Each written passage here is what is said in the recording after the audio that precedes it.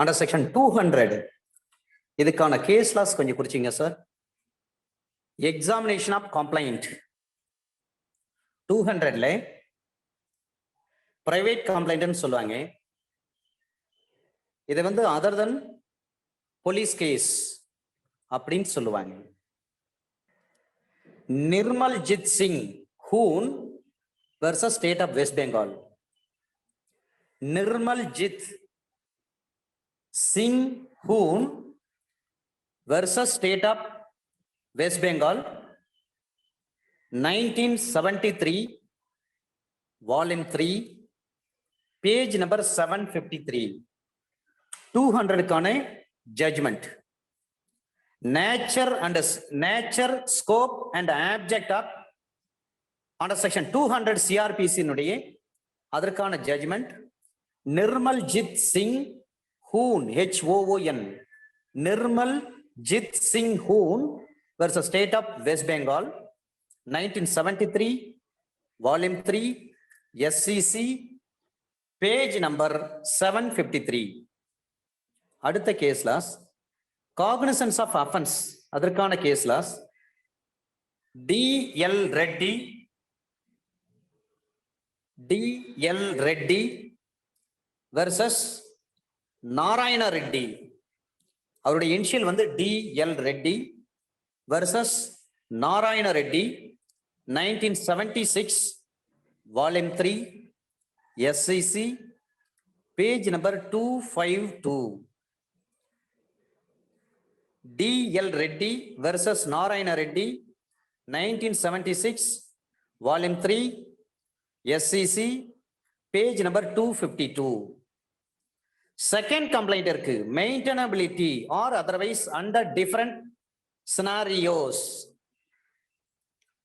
Samantha Naidu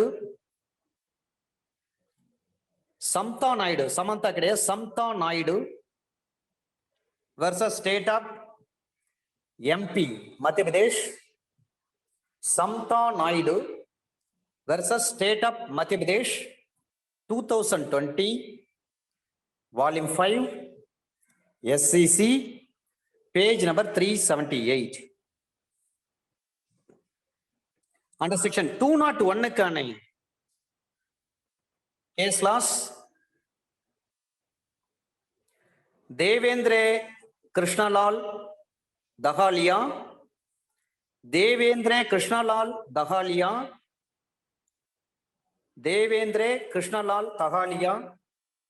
versus Dwarkesh diamonds private limited 2014 volume 2 SCC page number 246. Devendra Krishnalal Dahalia versus Dwarkesh diamonds private limited 2014 volume 2 SCC page number 246. அடுத்தது 202 under section 202க்கான judgment. Ramdev food products private limited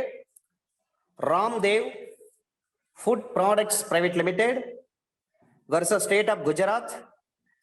Ramdev food products private limited versus state of Gujarat 2015 volume 6 SCC page number 439. Ramdev food products private limited versus state of Gujarat 2015 volume 6 SCC page number 439. Arrest without warrant. இதே 202ல வாஜ்பாய் பட்டேல் கிடையாது sir.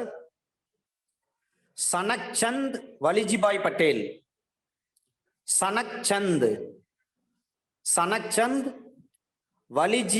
Patel versus JP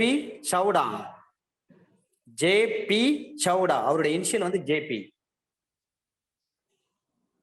சனக் Chand Valjibhai Patel versus JP Chavda 1970, page number within பிராக்கெட்ல Gujarat. Sanakchand Valjibhai Patel versus JP Chavda 1978 criminal law journal, page number 444 Gujarat. இந்த 202ல நிறைய judgment sir. Order of chief metropolitan magistrate, இந்த 202ல Ashok Chatterjee versus Manisha Mukherjee, Ashok Chatterjee versus Manisha Mukherjee, page number 80, CWN 176, CWN 176, Ashok Chatterjee versus Manisha Mukherjee 80, CWN 176. Power of magistrate பத்தி சொல்றாங்க 202ல.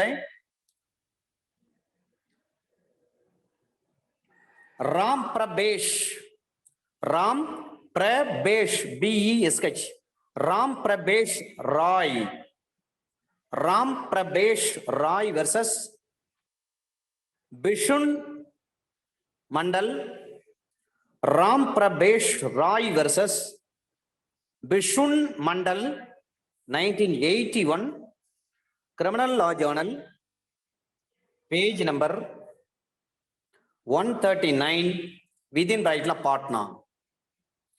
Ram Prabesh Rai versus Bishun Mandal 1981 criminal law journal, page number 139 within பிராக்கெட்ல பாட்னா. அடுத்தது இது 202க்கு அடுத்த case laws. Investigation by executive magistrate, Mangal Das versus Rabia, Mangal Das versus Rabia, AIR 1959 Patna, AIR 1959 Patna, page number 504. Mangal Das versus Rabia, AIR 1959 Patna, page number 504. Investigation by executive magistrate. அடுத்த 202க்கான ஒரு case laws. Birla corporation limited versus advance investments and holdings limited, Birla corporation limited versus advance investments and holdings private limited, advertise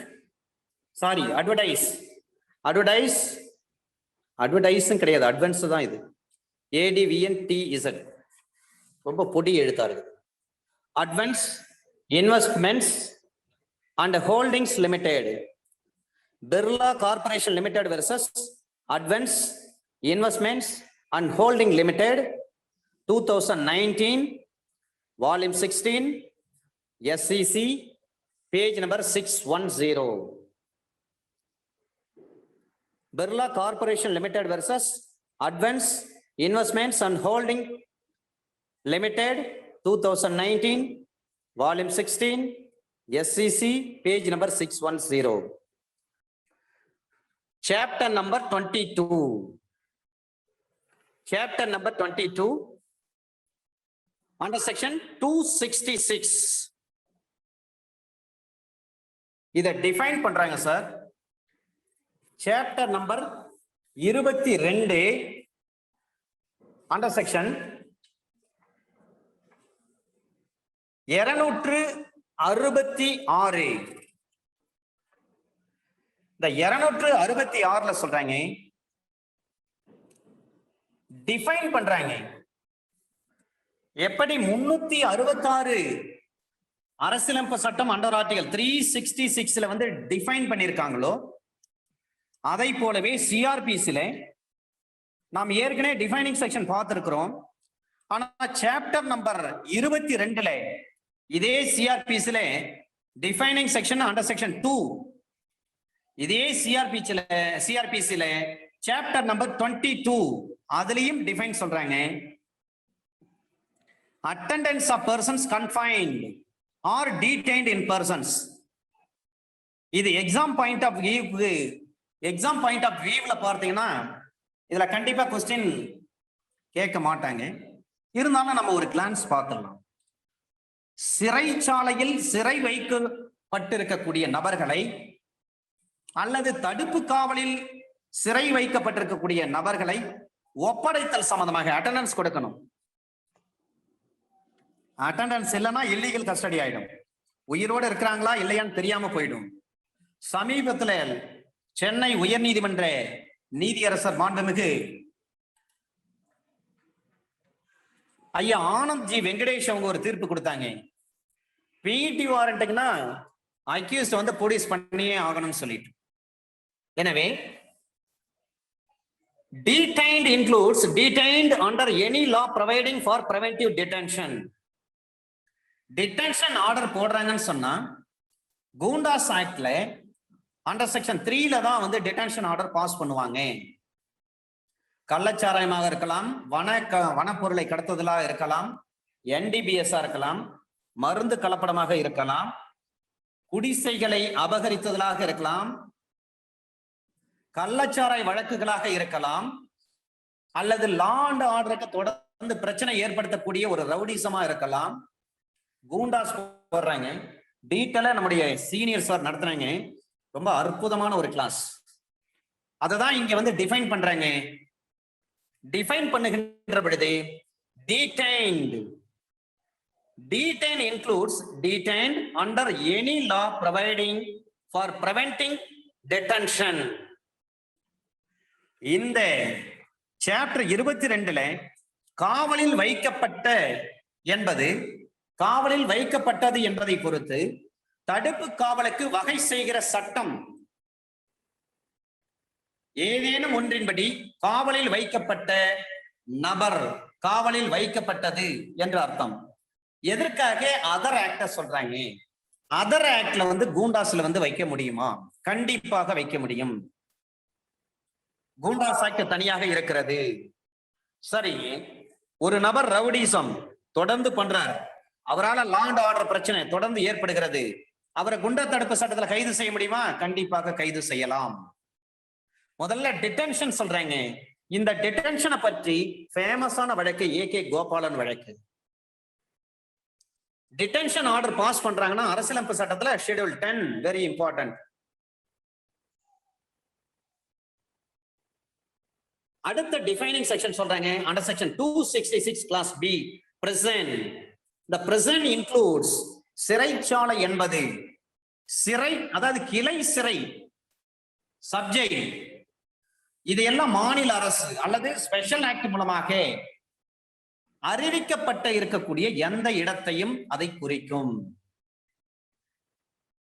மூன்றாவது சீர்திருத்த பள்ளி, ரிஃபார்மேட்டரி என்று சொல்வார்கள், அல்லது postal school. இந்த போஸ்டல் ஸ்கூல் முதலாக தமிழ்நாட்டுல புதுக்கோட்டை மாவட்டத்தில் தான் கொண்டு வராங்க. 21 வயசுக்குள்ள இருக்கக்கூடிய இளம் குற்றவாளிகளை போஸ்டல் ஸ்கூல்ல தான் சேர்ப்பாங்க. சீர்திருத்த பள்ளி என்று சொல்வார்கள். அதை சிறைச்சாலை என்று அழைக்க கூடாது, சீர்திருத்த பள்ளி அல்லது போஸ்டல் ஸ்கூல் சொல்லுவாங்க. 21 வயதிற்கு உட்பட்ட நபர்களை அடைப்பது தமிழ்நாட்டுல இருந்தது. இப்ப மெட்ராஸ் ஹைகோர்ட் ஒரு ஜட்ஜ்மெண்ட் கொடுத்துட்டாங்க. அந்த ஜட்ஜ்மெண்ட் மூலமாக போஸ்டல் ஸ்கூல் இருக்கவே கூடாது.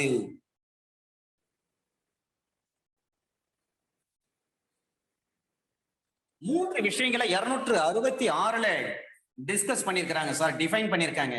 டிடென்ஷன் என்றால் என்ன? சிறை வைக்கப்பட்டது என்பது தடுப்பு காவலுக்கு வகை செய்கிற சட்டம் எதுவாக இருந்தாலும் சரி, அதன்படி சிறை வைத்தல். ஐபிசி படி தான் ஒரு நபர் வந்து ஜெயில வைக்கணும் அவசியம் கிடையாது. Other act, Tamil Nadu minor acts எல்லாம் இருக்குது பாருங்க, அதுல கூண்டாஸ் ஆக்ட், அதுல சிறை வைக்க முடியும், ஓராண்டு காலம் டிடென்ஷன் வைக்க முடியும். அதற்கு பெயர் வந்து தடுப்பு காவல். அண்டர் செக்ஷன் 266 கிளாஸ் B சிறைச்சாலை என்பது கிளை சிறைச்சாலையும் உட்பட்டதுதான், உட்படுத்தியதுதான். சிறைச்சாலைனா சென்ட்ரல் பிரசன் மட்டும் ஜெயில் கிடையாதுங்க, சப் ஜெயிலும் ஜெயில் தான்.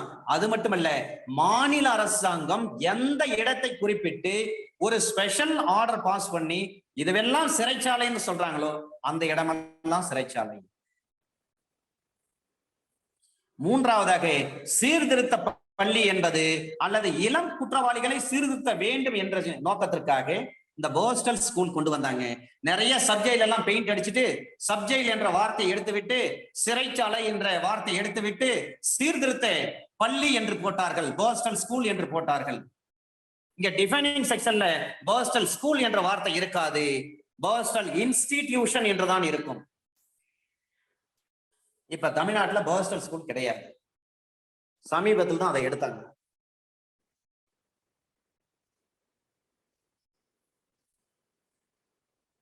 இதுல ஒரு கொஸ்டின், 2 புகழ்பெற்ற வழக்குகள் இருக்கிறது, 3 வழக்குகள் இருக்கிறது. ஒன்று, நம்முடைய தேசப்பிதா மகாத்மா காந்தி மர்டர் கேஸ்.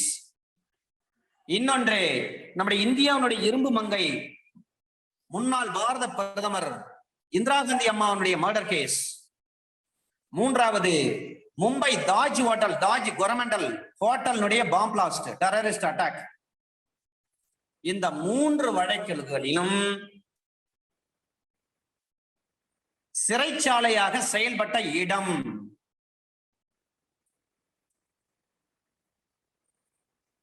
குறிப்பாக 2 வழக்குகள் மிக மிக முக்கியம். ஒன்று மகாத்மா காந்தி வழக்கு, Godse, Nathuram Godse versus union of India. இன்னொன்று இந்திரா காந்தி வழக்கு. இந்த 2 வழக்குகளும் எங்கே நடந்தது என்று சொன்னால், இந்த வழக்குகளை விசாரிக்கப்பட்டு தீர்ப்பு பகரப்பட்ட இடம் ஒரு சிறைச்சாலையிலேயே நீதிமன்றமாக செயல்படுத்த முடிந்தது, மத்திய அரசாங்கத்துடைய சிறப்பு உத்தரவின் அடிப்படையில். ஒரு கோர்ட்னா என்ன, இதுவரை சிறைச்சாலைனா என்னன்னு சொல்றாங்க, 266ல டிஃபைன் பண்றாங்க. ஆனால் கோர்ட்னா என்ன, கோர்ட் ப்ரொசீடிங்ஸ்னா என்ன, எவிடன்ஸ் ஆக்ட்ல சொல்லப்பட்டிருக்கிறது, சிஆர்பிசியில் சொல்லப்பட்டிருக்கிறது. எனவே கோர்ட்டை நீங்க ஜெயில நடத்த முடியுமா? அரசாங்கம் உத்தரவு போட்டா அந்த ஜெயில கூட கோர்ட்டா மாற்றி கேஸ ட்ரையல் நடத்தி தண்டனை கொடுக்க முடியும். எடுத்துக்காட்டு கோட்சே வழக்கு, இந்திரா காந்தி அம்மா வழக்கு. அதை நீங்க கூடுதலாக தெரிந்து கொள்ள வேண்டும். அண்டர் செக்ஷன் 266 அந்த ஜட்ஜ்மெண்ட்ஸ் எல்லாம் நான் பிறகு சொல்றேன் சார், உங்களுக்கு யூஸ்ஃபுல்லா இருக்கும். வேற செக்ஷன்ல அது மேட் அவுட் ஆகுது, அதுல சொல்றேன் நான். அண்டர் செக்ஷன் 266 இன்னொரு விஷயம், மகாத்மா காந்தியினுடைய துப்பாக்கி சூட்டை அவர் இறந்த பிறகு அவர் உடலில் இருந்த அந்த புல்லட்டை ரிமூவ் பண்ணல, மகாத்மா காந்தியினுடைய பாடியை போஸ்ட்மார்ட்டம் பண்ணல. என தேசப்பிதான்றதுனால போஸ்ட்மார்ட்டம் பண்ணாம அவருடைய உடலுக்கு மரியாதை தந்தது. போஸ்ட்மார்ட்டம் பண்ணாமலே ஒரு வழக்குக்கு தீர்ப்பு கொடுத்த வழக்கு மகாத்மா காந்தி வழக்கு. அண்டர் செக்ஷன் 267 கைதிகள் முன்னிலை ஆவதை கோரும் அதிகாரம், power to require attendance of prisoners. இந்த சட்டத்தின்படி பரிசீலனை செய்யத்தக்க, விசாரணை செய்யத்தக்க அல்லது வேறு நடவடிக்கை ஏதாவது நடைபெறுகின்ற பொழுது அண்டர் செக்ஷன் 267 சப்செக்ஷன் கிளாஸ் ஏவின் படி ஒரு சிறைச்சாலையில் இருக்கக்கூடிய சிறை வைக்கப்பட்டுள்ள அல்லது தடுப்பு காவலில் வைக்கப்பட்டுள்ள ஒரு நபர், அவர் மீது குற்றச்சாட்டு இருக்கின்ற பொழுது அந்த குற்றச்சாட்டிற்கு பதிலளிக்க வேண்டும் என்பதற்காக அல்லது அவருக்கு எதிரான நடவடிக்கைகளின் பொருட்டோ நீதிமன்றத்தின் முன்பாக அவர் கொண்டு வரப்பட வேண்டும், ஆஜர்படுத்தப்பட வேண்டும், ப்ரொடியூஸ் பண்ணணும். அவர் மீது ஒரு கேஸ், ஜெயில இருக்காரு, அப்ப என்ன செய்யணும்? அண்டர் செக்ஷன் 267 கிளாஸ் ஏவின் படி அந்த ஜெயில யார் இருக்காரோ அல்லது தடுப்பு காவல்ல யார் இருக்காரோ, ஜெயில இருக்கிறாருன்னா அக்யூஸ்ட்னு சொல்லுவாங்க, தடுப்பு காவல்ல இருக்கிறாருன்னா டிட்டனு என்று சொல்வார்கள். அப்ப கூண்டாஸ் ஆக்ட் அண்டர் செக்ஷன் 3ல தான் தடுப்பு காவல வைக்க முடியும். அந்த நபரின் மீது இருக்கக்கூடிய அக்யூசேஷனை பற்றி கேள்வி கேட்க நீதிமன்றம் நினைக்கின்ற பொழுது நீதிமன்றத்துக்கு அந்த அக்யூஸ்ட கொண்டு வரணும், அல்லது அந்த டிட்டனு இருக்கிறார்னா ஜெயில இருந்து கொண்டு கோர்ட்ல ப்ரொடியூஸ் பண்ணணும். இதுதான் அண்டர் செக்ஷன் 267 கிளாஸ் ஏ. அது போன்ற நபரை ஒரு சாட்சியாக விசாரிப்பது நீதியின் நோக்கங்களை நிறைவேற்றுவதற்கு அவசியமாக இருக்கின்ற பொழுது, இப்ப நீதிமன்றம் அந்த நபரை கொண்டு வாங்க விசாரணை செய்யலாம்னு சொல்லிட்டு ஜெயில் அத்தாரிட்டி, சிறைச்சாலையினுடைய பொறுப்பு அலுவலர், நான் ஏற்கனவே சொல்லியிருக்கிறேன், ஜெயில இருக்கிற ஆபீசரை ஜெயிலர்னு சொல்லலாம், சப் ஜெயிலர் ஜெயிலர்னு சொல்லலாம். அங்கே உள்ளே இருக்கக்கூடிய அந்த கைதியை அக்யூஸ்ட்னு சொல்லுவாங்க. இதுவே ஒரு சென்ட்ரல் பிரிசன்ல இருக்கிறாருன்னா, ஒரு அக்யூஸ்ட் இருக்கிறாருன்னா, அவளை வந்து பிரிசனர்னு சொல்லக்கூடாது. பிரிசனர்னா அந்த சென்ட்ரல் பிரிசனுடைய அத்தாரிட்டின்னு அர்த்தம், அதிகாரி என்ற அர்த்தம். மன்னிக்கும், தவறா சொல்லிட்டு. அப்ப சென்ட்ரல் பிரிசன்ல இருக்கிறாரு. பிரிசனர்னா யார்? அந்த இடத்துல குற்றம் சுமத்தப்பட்ட நபர், குற்றவாளின்னு அர்த்தம். அப்ப சென்ட்ரல் பிரிசன்ல இருக்கக்கூடிய அரசு அதிகாரி, ஒரு ஐபிஎஸ் அதிகாரி இருப்பார், அவரு கீழே இன்ஸ்பெக்டர் இருப்பாங்க. இவங்களெல்லாம் சென்ட்ரல் பிரிசன் சொல்ல முடியுமா? முடியாது, ஜெயில் அத்தாரிட்டி தான் சொல்லணும். எனவே அந்த மத்திய சிறைச்சாலையிலோ அல்லது கிளை சிறையிலோ இருக்கக்கூடிய அக்யூஸ்ட் அல்லது தடுப்பு காவலில் வைக்கப்பட்டிருக்கக்கூடிய ஒரு டிட்டனு அவரை விசாரிக்க வேண்டும் என்று சொல்லி நீதியின் நலனுக்கு உகந்தது என்று சொல்லி நீதிமன்றம் கருதுகின்ற பொழுது ஜெயில் அத்தாரிட்டிக்கு உத்தரவு போடுவாங்க, அவரை கொண்டு வந்து கோர்ட்ல ப்ரொடியூஸ் பண்ணுங்க.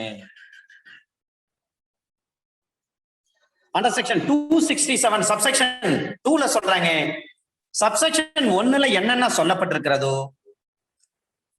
அதே ஒரு ஆர்டரை, ஒரு வாரண்டை செகண்ட் கிளாஸ் மேஜிஸ்ட்ரேட்டும் பிறப்பிக்க முடியும். எப்பொழுது? சிஜேஎம் வந்து அவருக்கு வந்து அனுமதி கொடுத்திருந்தால், சிஜேஎம் கீழே அந்த செகண்ட் கிளாஸ் மேஜிஸ்ட்ரேட் பணிபுரியும் பட்சத்தில்.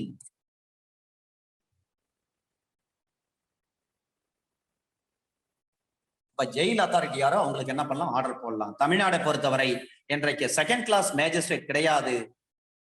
தேர்ட் கிளாஸ் மேஜிஸ்ட்ரேட் பிரிட்டிஷ்காரங்க காலத்திலே வந்து அபாலிஷ் பண்ணிட்டாங்க.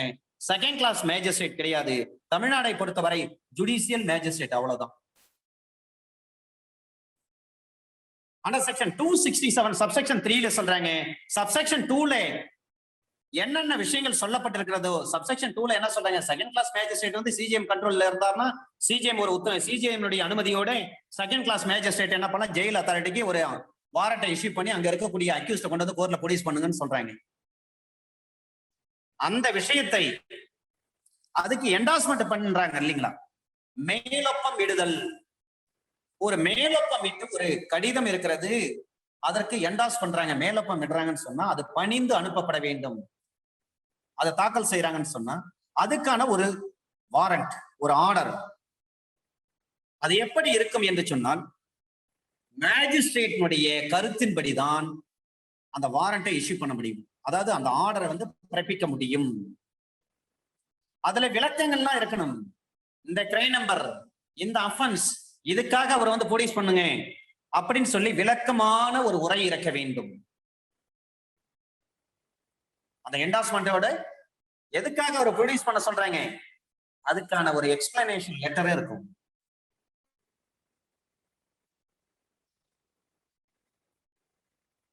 எந்த தலைமை நீதித்துறை நடுவருக்கு பணிந்து அனுப்பப்படுகிறதோ அந்த நடுவர் அந்த உரையை பரிசீலனை செய்ததுக்கு பிறகு அந்த கட்டளைக்கு அவர் என்டாஸ் பண்ணுவார்.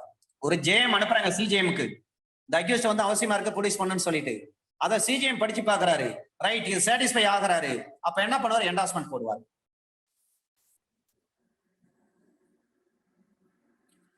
அப்துல் கரீம் டெல்கி மிக முக்கியமான ஒரு வழக்கு இது.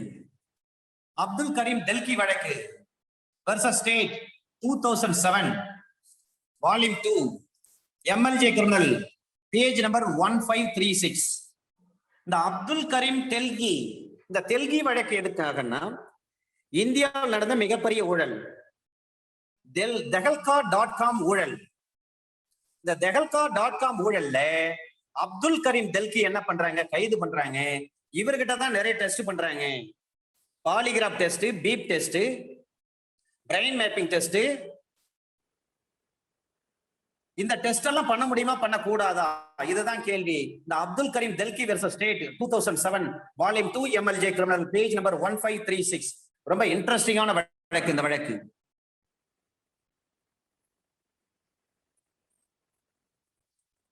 இன்வெஸ்டிகேஷன் ஏஜென்சியால மேற்கொண்டு இந்த வழக்கை வந்து புலன் விசாரணை செய்ய முடியல. சரியான சாட்சிகள், சான்று பொருட்கள், சான்று ஆவணங்கள் எதுவும் கிடைக்கல. வேற வழி இல்ல. இன்வெஸ்டிகேஷன் ஆபீசர் என்ன பண்றாங்க, பாலிகிராஃப் டெஸ்ட் பண்ணலாமா, பிரெயின் மேப் டெஸ்ட் பண்ணலாமா, பீப் டெஸ்ட் பண்ணலாமா அப்படின்னு யோசித்து எல்லா வேலையும் பாக்குறாங்க. பிரெயின் மேப்பிங் டெஸ்ட் பண்ணலாமான்னு நினைக்கிறாங்க.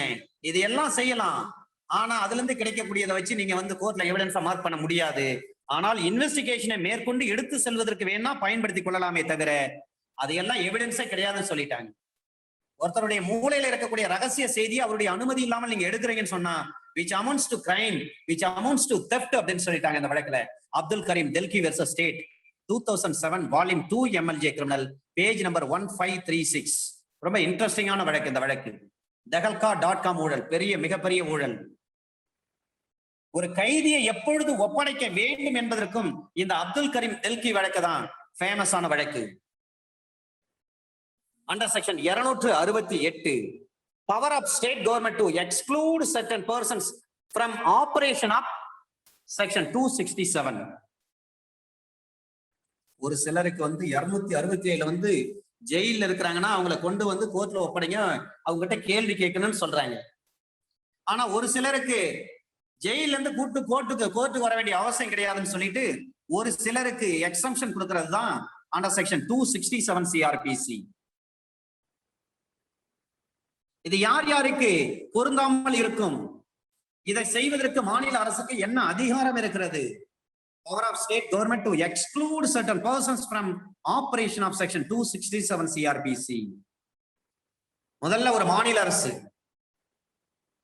சப்செக்ஷன் 2ல என்ன சொல்லி இருக்கிறாங்க, ஒரு ஆர்டர் பாஸ் பண்ணணும். அந்த ஆர்டரை பாஸ் பண்றப்ப என்ன பண்ணுவாங்க, அவர் வந்து சிஜிஎம் கண்ட்ரோல்ல இருக்கணும். இதுதானே 267 சப்செக்ஷன் 2ல சொல்றாங்க. ஆனா 268ல சொல்றாங்க சில நபர்களை வந்து அந்த மாதிரி நீங்க கோர்ட்ல இருந்து ஜெயில இருந்து கொண்டு வந்து கோர்ட் போலீஸ் பண்ண வேண்டிய அவசியம் கிடையாதுன்னு சொல்லிட்டு ஒரு மாநில அரசாங்கம் இதே சட்டத்துல அண்டர் செக்ஷன் 268ல சப்செக்ஷன் 2ல சொல்லப்பட்ட விஷயங்களை கையில் எடுக்கிறாங்க. அதில் குறிப்பிடப்பட்டிருக்கக்கூடிய விஷயங்கள் கவனத்திற்கு கொண்டு சிறை வைக்கப்பட்டிருக்கும் ஒருவரை, ஒரு நடுவரை அல்லது சிலரை சிறையிலிருந்து அகற்றப்படக்கூடாது. அப்ப அதுக்கு என்ன பண்ணணும், ஸ்பெஷல் ஆக்ட் இருக்குதா ஜெனரல் ஆக்ட் இருக்குதா அதை பார்க்கணும். ஸ்பெஷல் ஆர்டர் இருக்கிறதா ஜெனரல் ஆர்டர் இருக்கிறதா வாரண்ட் இருக்கான்னு பார்க்கணும். இப்ப எந்த நேரத்துல இந்த மாதிரி ஆர்டர் வந்து பாஸ் பண்ண முடியும், எதன் அடிப்படையில் எதன் பேரில் அந்த கட்டளை வந்து நடைமுறையில் இருக்கும், அமலில் இருக்கும். 267வது அண்டர் செக்ஷன் 267 CRPC படி பிறப்பிக்கப்பட்ட ஒரு கட்டளை எதுவாக இருந்தாலும் சரி, அது மாநில அரசினுடைய கட்டளைக்கு முன்பு மாநில அரசு தான் அதை பிறப்பித்ததாக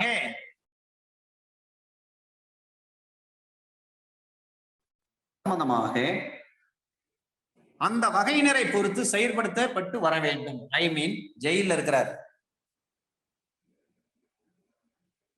சிறையில் வைக்கப்பட்டிருக்க ஒரு நடுவர் அல்லது ஒரு சிலரை, அந்த ஒரு சிலர் தான் விவிஐபி எல்லாம் உள்ள வருவாங்க சார். இப்ப 267ல என்ன சொல்றாங்க, ஜெயில இருக்கிற கைதி கொண்டு வாங்க கோர்ட்ல போலீஸ் பண்ணுங்க, அவங்க மேல கேஸ் இருக்குது, அந்த கேஸ் பத்தி நாங்க கேள்வி கேட்கணும், அது நீதியின் நலனுக்கு உகந்தது, எனவே கொண்டு வந்து போலீஸ் பண்ணுங்கன்னு சொல்லிட்டு அதுக்கு ஒரு என்டாஸ்மெண்ட், ஒரு ரெக்யூசேஷன் லெட்டர் பிளஸ் அதுக்கான காரணங்கள் இதெல்லாம் எழுதி அனுப்பி ஜெயில் அத்தாரிட்டிக்கு அனுப்பின உடனே அதை பார்த்து ஜெயில் அத்தாரிட்டி என்ன பண்ணுவாங்க, அவங்க கஸ்டடியில் இருக்கக்கூடிய அந்த பிரசனரை கொண்டு வந்து ஒப்படைப்பாங்க, அக்யூஸ்ட் கொண்டு வந்து கோர்ட்ல ஒப்படைக்கணும். இதான் 267. ஆனா சில பேருக்கு இது தேவையில்லை. மாநில அரசு சொல்றாங்க, ஒன்று நடுவராக இருக்கலாம் அல்லது ஒரு சிலர், அந்த ஒரு சிலர் தான் சார் விவிஐபி எல்லாம் உள்ள வருவாங்க. சப்செக்ஷன் 2ல சொல்றாங்க, இந்த உட்பிரிவின்படி ஒரு வாரண்டை பிறப்பிக்கக்கூடிய ஒரு அரசு ஒரு வாரண்டை பிறப்பிப்பதற்கு முன்பாக, ஒரு உத்தரவை பிறப்பிப்பதற்கு முன்பாக, ஒரு ஆர்டரை பாஸ் பண்றதுக்கு முன்னாடி மாநில அரசு சில விஷயங்களை கவனத்துல எடுத்துக்குவாங்க. இந்த ஆர்டர் பாஸ் பண்ணா என்னென்ன பிரச்சனை வரும், எதையெல்லாம் நம்ம கவனத்தில் எடுத்துக்கொண்டு இந்த மாதிரி உத்தரவை நாம போட முடியும் அப்படின்னு சொல்லி மாநில அரசு சில விஷயங்களை கவனத்தில் கொண்டுதான் சில இந்த மாதிரியான உத்தரவு போடுவாங்க.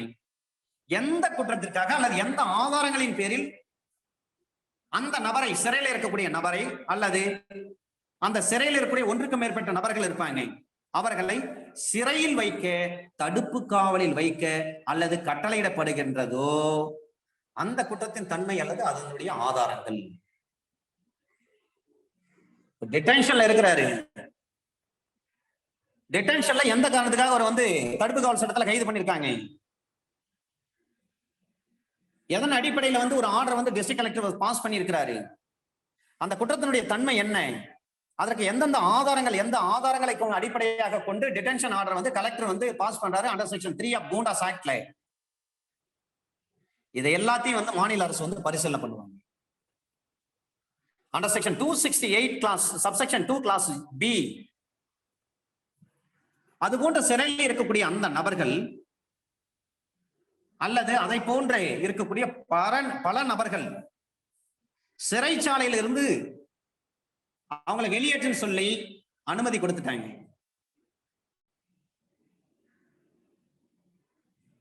அவ்வாறு அனுமதி கொடுக்கப்பட்ட பிறகு இவர் வெளியே வந்தாருன்னா சட்ட ஒழுங்கு பிரச்சனை வந்து சீர்குலைகின்ற ஒரு நிலை இருக்கும் பட்சத்தில் அவர் ஜெயிலே வச்சிருக்க. இதை ஒட்டுமொத்தமா பார்த்தீங்கன்னு சொன்னா ஒரு பொது நலம் இருக்க வேண்டும், பொது நலனின் அக்கறை, இவற்றை கவனத்தில் கொண்டுதான் இது போன்ற உத்தரவை போடுவாங்க.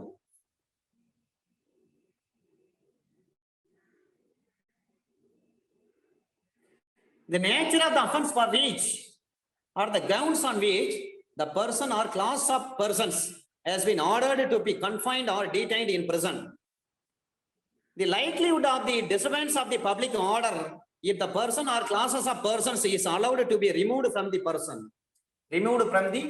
prison, the public interest generally. இந்த மூன்று விஷயங்களை கையில் எடுத்துக்கிறாங்க சார். அந்த குற்றத்தினுடைய தன்மையை கையில் எடுக்கிறாங்க, அந்த குற்றத்தினுடைய காரணங்களை கையில் கவனத்தில் எடுத்துக்கிறாங்க, பரிசீலனை பண்றாங்க. ஒரு நபரோ அல்லது ஒரு குறிப்பிட்ட வகையை சேர்ந்த நபர்களோ இவர்களை வந்து சிறையில் வைத்திருப்பது அல்லது தடுப்பு காவலில் வைத்திருப்பது பொது ஒழுங்கை சீர்குலைக்கும் பட்சத்தில்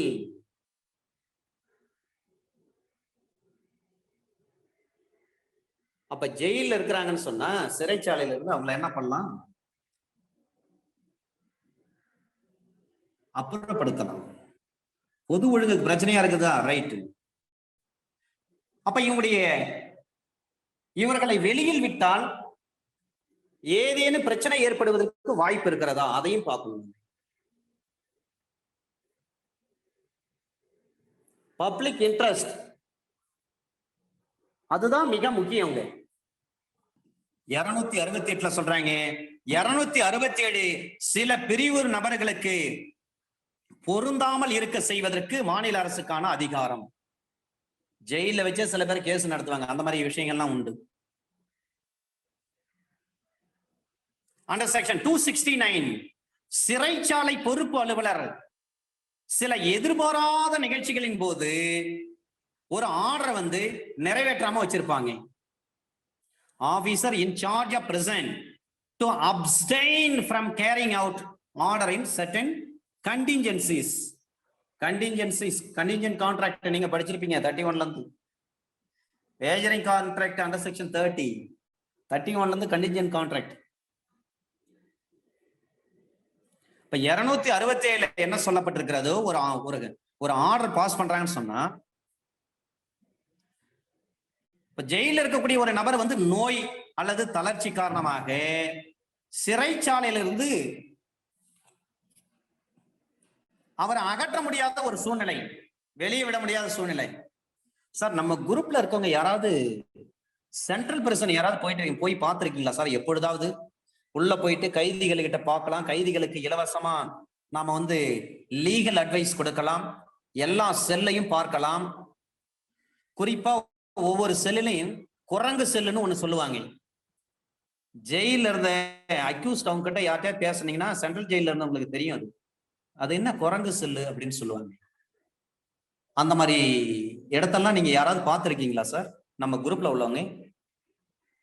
ஏனென்று சொன்னால் அந்த சிறைச்சாலையில் சில பேர் வந்து பைத்தியமாகவே சில பேர் இருப்பாங்க.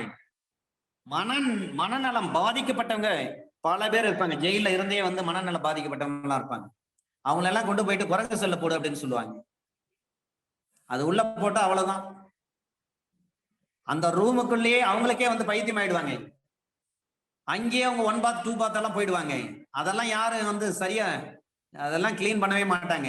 ஆனா வாட்டர் ஃபோர்ஸா அடிச்சு சில பவுடர் எல்லாம் போட்டு வாஷிங் இந்த ப்ளீச்சிங் பவுடர் இதெல்லாம் போட்டு அப்படிதான் பண்ணுவாங்க. தூரத்துல நின்றுட்டு சாப்பாடெல்லாம் ஒரு பிளேட்ல வச்சு அப்படியே கீழே அந்த கம்பி கீழே அப்படியே தள்ளி விடுவாங்க. அவ்வளவுதான் நடக்கும். அதெல்லாம் பார்த்தா நம்மளுக்கு மனசே உடஞ்சி போயிடும். உங்களுக்கு டைம் இருந்தா எப்பொழுதாவது நீங்க என்ன பண்ணலாம், நீங்க சென்ட்ரல் ஜெயிலுக்கு போகலாம். சென்ட்ரல் ஜெயிலுக்கு போயிட்டு அங்க இருக்கக்கூடிய சூப்பரண்ட் ஒரு லெட்டர் எழுதி கொடுத்துட்டு, நான் அந்த மாதிரி ஐடி கார்டை காட்டிட்டு, நான் அட்வொகேட் வந்திருக்குங்க, சில கைதிகளுக்கு இலவசமா நான் வந்து அட்வைஸ் கொடுக்க போறேன், லீகல் அட்வைஸ் அப்படின்னு சொல்லலாம். ஜெயில பார்வையிட போறேன்னு சொல்லலாம். அதுக்கு அனுமதி கொடுப்பாங்க. நீங்க உள்ள போய் பாத்தீங்கன்னா ரொம்ப அந்த ஒரு இடம் மட்டும் தான் அந்த மாதிரி இருக்கும். மற்ற இடங்கள்லாம் ரொம்ப தூய்மையா இருக்கும். அதெல்லாம் குறை சொல்ல முடியாது. சில பேர் இந்த மனநிலை பாதிக்கப்பட்டுடுவாங்க. அவங்கள தான் அந்த மாதிரி ட்ரீட் பண்ண முடியும். அந்த மாதிரி நபர்களை வந்து அகற்றவே முடியாது. ஜெயில இருந்தே அவங்களை வந்து வெளியே அகற்றவே முடியாது. இதைத்தான் சொல்கிறது 269. சிறைச்சாலை பொறுப்பு அலுவலர் சில எதிர்பாரா நிகழ்ச்சிகளின் போது கட்டளையை நிறைவேற்ற முடியாம இருக்கும். எக்ஸிக்யூட்டே பண்ண முடியாது. அப்ப அப்ஸ்டெயின் பண்ணி வச்சிருப்பாங்க.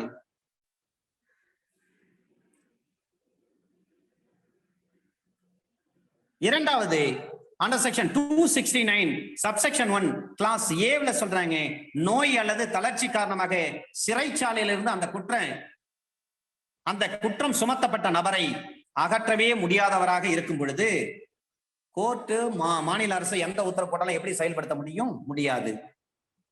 கிளாஸ் பில சொல்றாங்க, மேல் விசாரணைக்காக அனுப்பப்படக்கூடிய ஒரு நிலையில் இருக்கும் பொழுது அந்த விசாரணை அல்லது பிரிலிமினரி என்கொயரி முதல்நிலை புலனாய்வு முதல்நிலை புலனாய்வு நடைமுறையில் இருக்கும் காலத்தில் பிரிலிமினரி என்கொயரி பண்ணுவாங்க.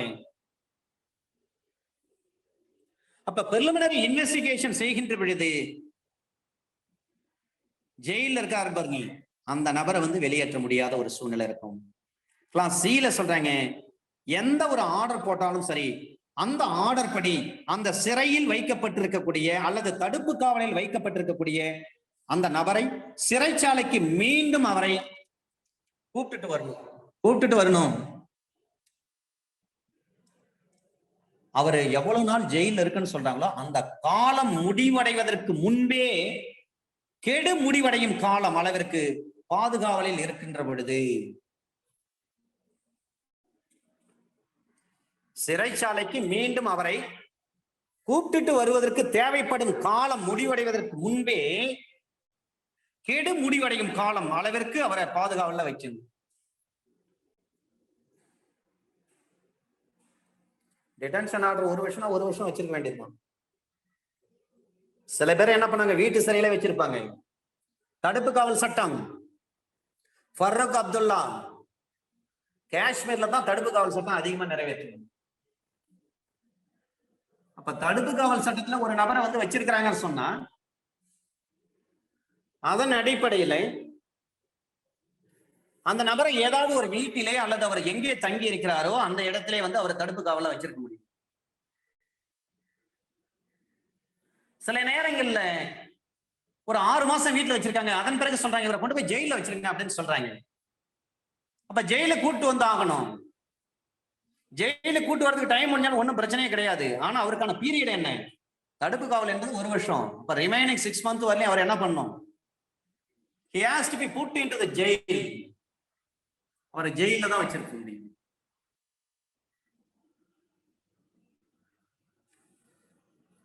அந்த செக்ஷன் 268வது பிரிவுல என்னென்ன விஷயங்கள் சம்பந்தமாக ஒரு மாநில அரசாங்கம் ஒரு கட்டளை வந்து பிறப்பிக்கிறாங்க, ஒரு உத்தரவு போடுறாங்கன்னு சொன்னா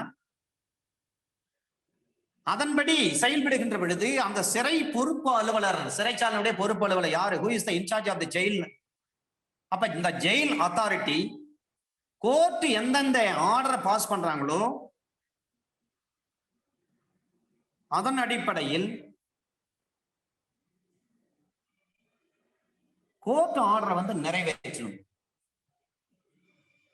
அந்த கோர்ட் ஆர்டர் படி நீங்க எக்ஸிகியூஷன் ப்ரொசீடிங்ஸ் பண்றீங்க, அதுக்கான காரணங்கள் என்ன என்று நிறைவேற்றுகின்ற பொழுது இந்த வடிவத்தில் நாங்கள் நிறைவேற்றினோம் என்று சொல்லி அதனுடைய காரணங்களை நீங்க நீதிமன்றத்துக்கு தெரிவிக்கணும். இதுதான் 269.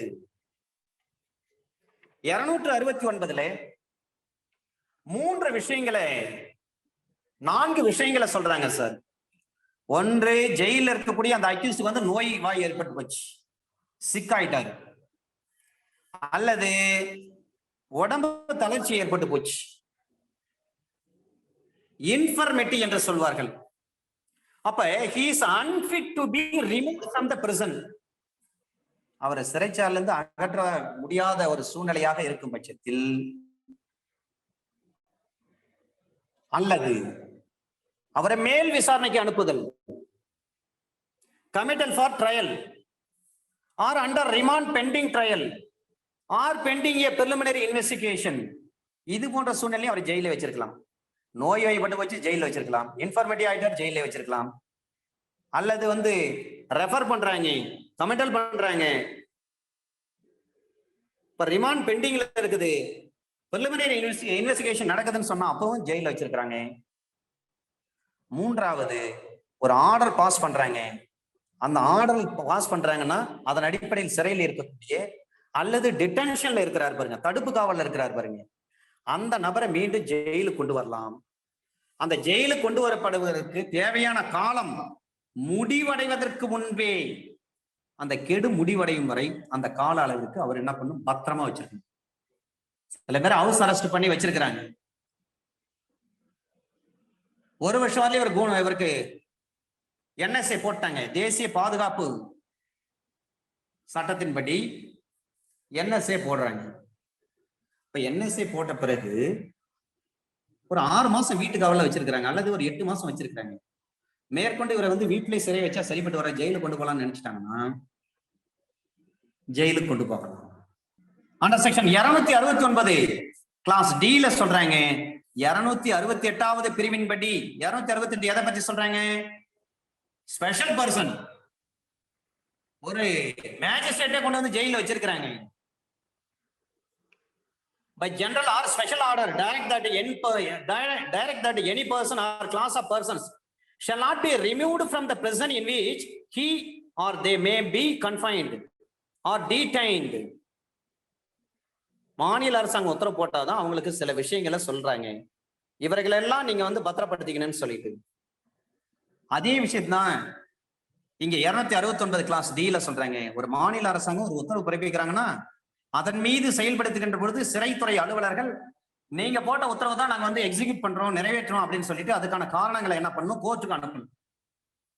இப்ப கோர்ட் ஒரு உத்தரவு போட்டிருக்காங்க, அந்த கோர்ட்டுடைய உத்தரவு வந்து எங்களால செயல்படுத்த முடியல. காரணம் என்னன்னா, ஜெயில இருக்கக்கூடிய ஆளு, அந்த கைதி வந்து உடம்பு சரியில்லாம போயிட்டாரு, இன்ஃபர்மிட்டி ஆயிட்டாரு, சிக்கா ஆயிட்டாரு, அதனால கோர்ட் நீங்க உத்தரவு போட்டதுனால எங்களால வந்து எக்ஸிக்யூட் பண்ண முடியல அப்படின்னு சொல்லிட்டு அந்த காரணங்களை எழுதி நீதிமன்றத்துக்கு அனுப்பணும். இதுல ஒரு ப்ரொவிஷன் சொல்றாங்க, அந்த கைதி ஜெயில இருந்து 25 கிலோமீட்டருக்கு மேற்படாத தொலைவில், அப்படின்னா 25 கிலோமீட்டருக்குள்ள இருக்கணும். ஏதாவது ஒரு இடத்துல வந்து சாட்சியம் அளிக்கணும் அப்படின்னு சொல்லிட்டு அவர் ப்ரொடியூஸ் பண்றாங்க.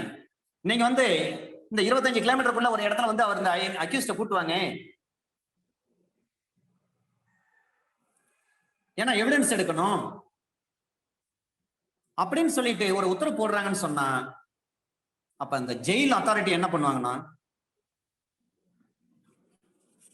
அண்டர் செக்ஷன் 269 கிளாஸ் B-ல சொல்லப்பட்டிருக்கிற விஷயத்தின் அடிப்படையில் அவர் செயல்பட வேண்டும்.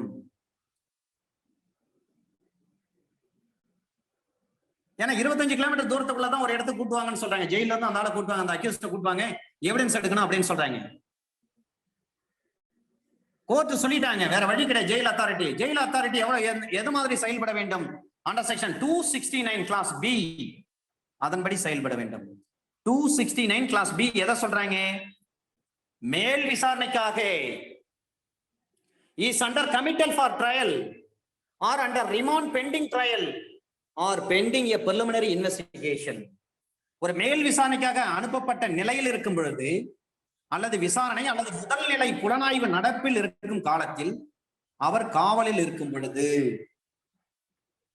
அந்த நபரை என்ன பண்ணலாம், கொண்டு வந்து போலீஸ் பண்ணணும். இதான் ப்ரொவிஷன்ல சொல்றாங்க. ஒரே லைனை சுருக்கமா சொல்லணும்னு சொன்னா, ஒரு அக்யூஸ்ட் ஜெயில இருக்கிற அக்யூஸ்ட கொண்டு வந்து 25 கிலோமீட்டருக்குள்ள இருக்கக்கூடிய எந்த ஒரு இடத்துல எவிடன்ஸ் வேணும், அவர்கிட்ட அந்த எவிடன்ஸ் வாங்கணும் அப்படின்னு சொல்றாங்கன்னா, அந்த நபரை போலீஸ் பண்ணி சொல்லி கோர்ட் உத்தரவு போடுறாங்கன்னா, அந்த உத்தரவின் அடிப்படையில ஜெயில் அத்தாரிட்டி என்ன பண்ணும், அண்டர் செக்ஷன் 269 கிளாஸ் பி அடிப்படையில அந்த அக்யூஸ்ட கொண்டு வந்து ஒப்படைக்கணும். அதுதான் விஷயம். Under section 270 prisoner to be brought to court in custody. கைதிகள் காவலுடன் நீதிமன்றத்திற்கு கொண்டு வரப்படுதல். ஜெயில இருக்கிறாங்கன்னா அந்த கைதியை கோர்ட்டு கொண்டு வாங்கன்னு சொல்றது சிஆர்பிஎஸ்ல எந்த ப்ரொவிஷன் சொன்னா அண்டர் செக்ஷன் 267 மறக்கவே கூடாது. நீங்க ஐபிஎஸ்ல சொல்ல வேற எந்த ப்ரொவிஷன்லயும் சொல்லல, சிஆர்பிஎஸ்ல தான் சொல்றாங்க. சிஆர்பிசி எந்த சட்டம், ஐபிஎஸ்ல என்னென்ன விஷயங்கள் சொல்லப்பட்டிருக்கிறதோ அல்லது இதர சட்டங்களில் என்னென்ன விஷயங்கள் சொல்லப்பட்டிருக்கிறதோ அந்த சொல்லப்பட்ட விஷயங்களை நடைமுறைப்படுத்தக்கூடிய ஒரு சட்டம் தான் குற்றவியல் நடைமுறை சட்டம். அதனாலதான் இதுக்கு பேரே நடைமுறை சட்டம் வச்சிருக்காங்க. Code of criminal procedure code இது.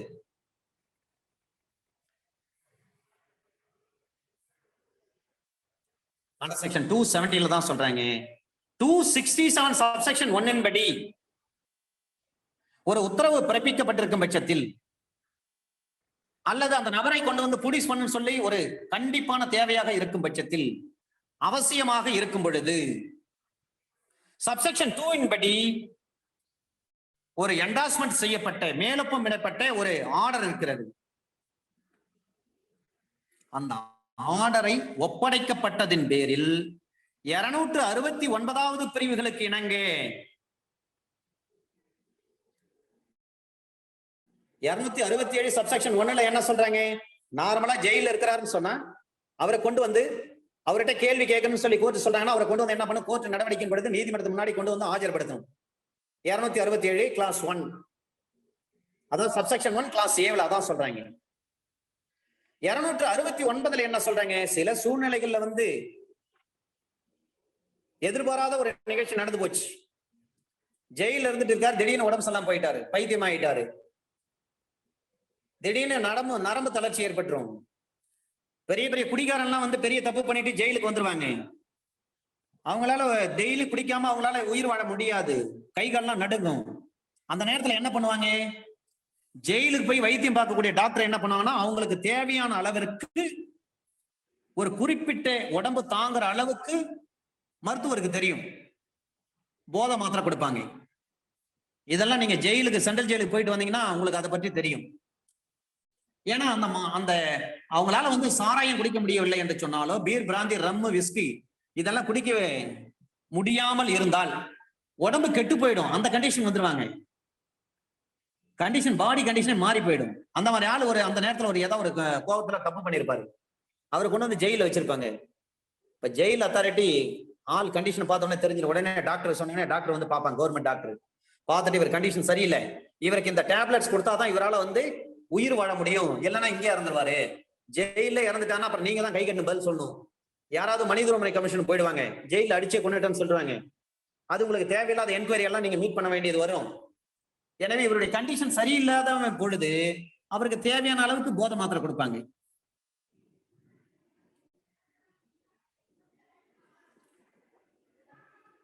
இததான் சொல்றாங்க. இத சொல்லுகின்ற பொழுது இதுல 270ல என்ன சொல்றாங்கன்னா 267 ஒரு அக்யூஸ்ட கொண்டு வந்து ஒப்படைங்கன்னு சொல்றாங்க சப்செக்ஷன் 1, 2லயும்.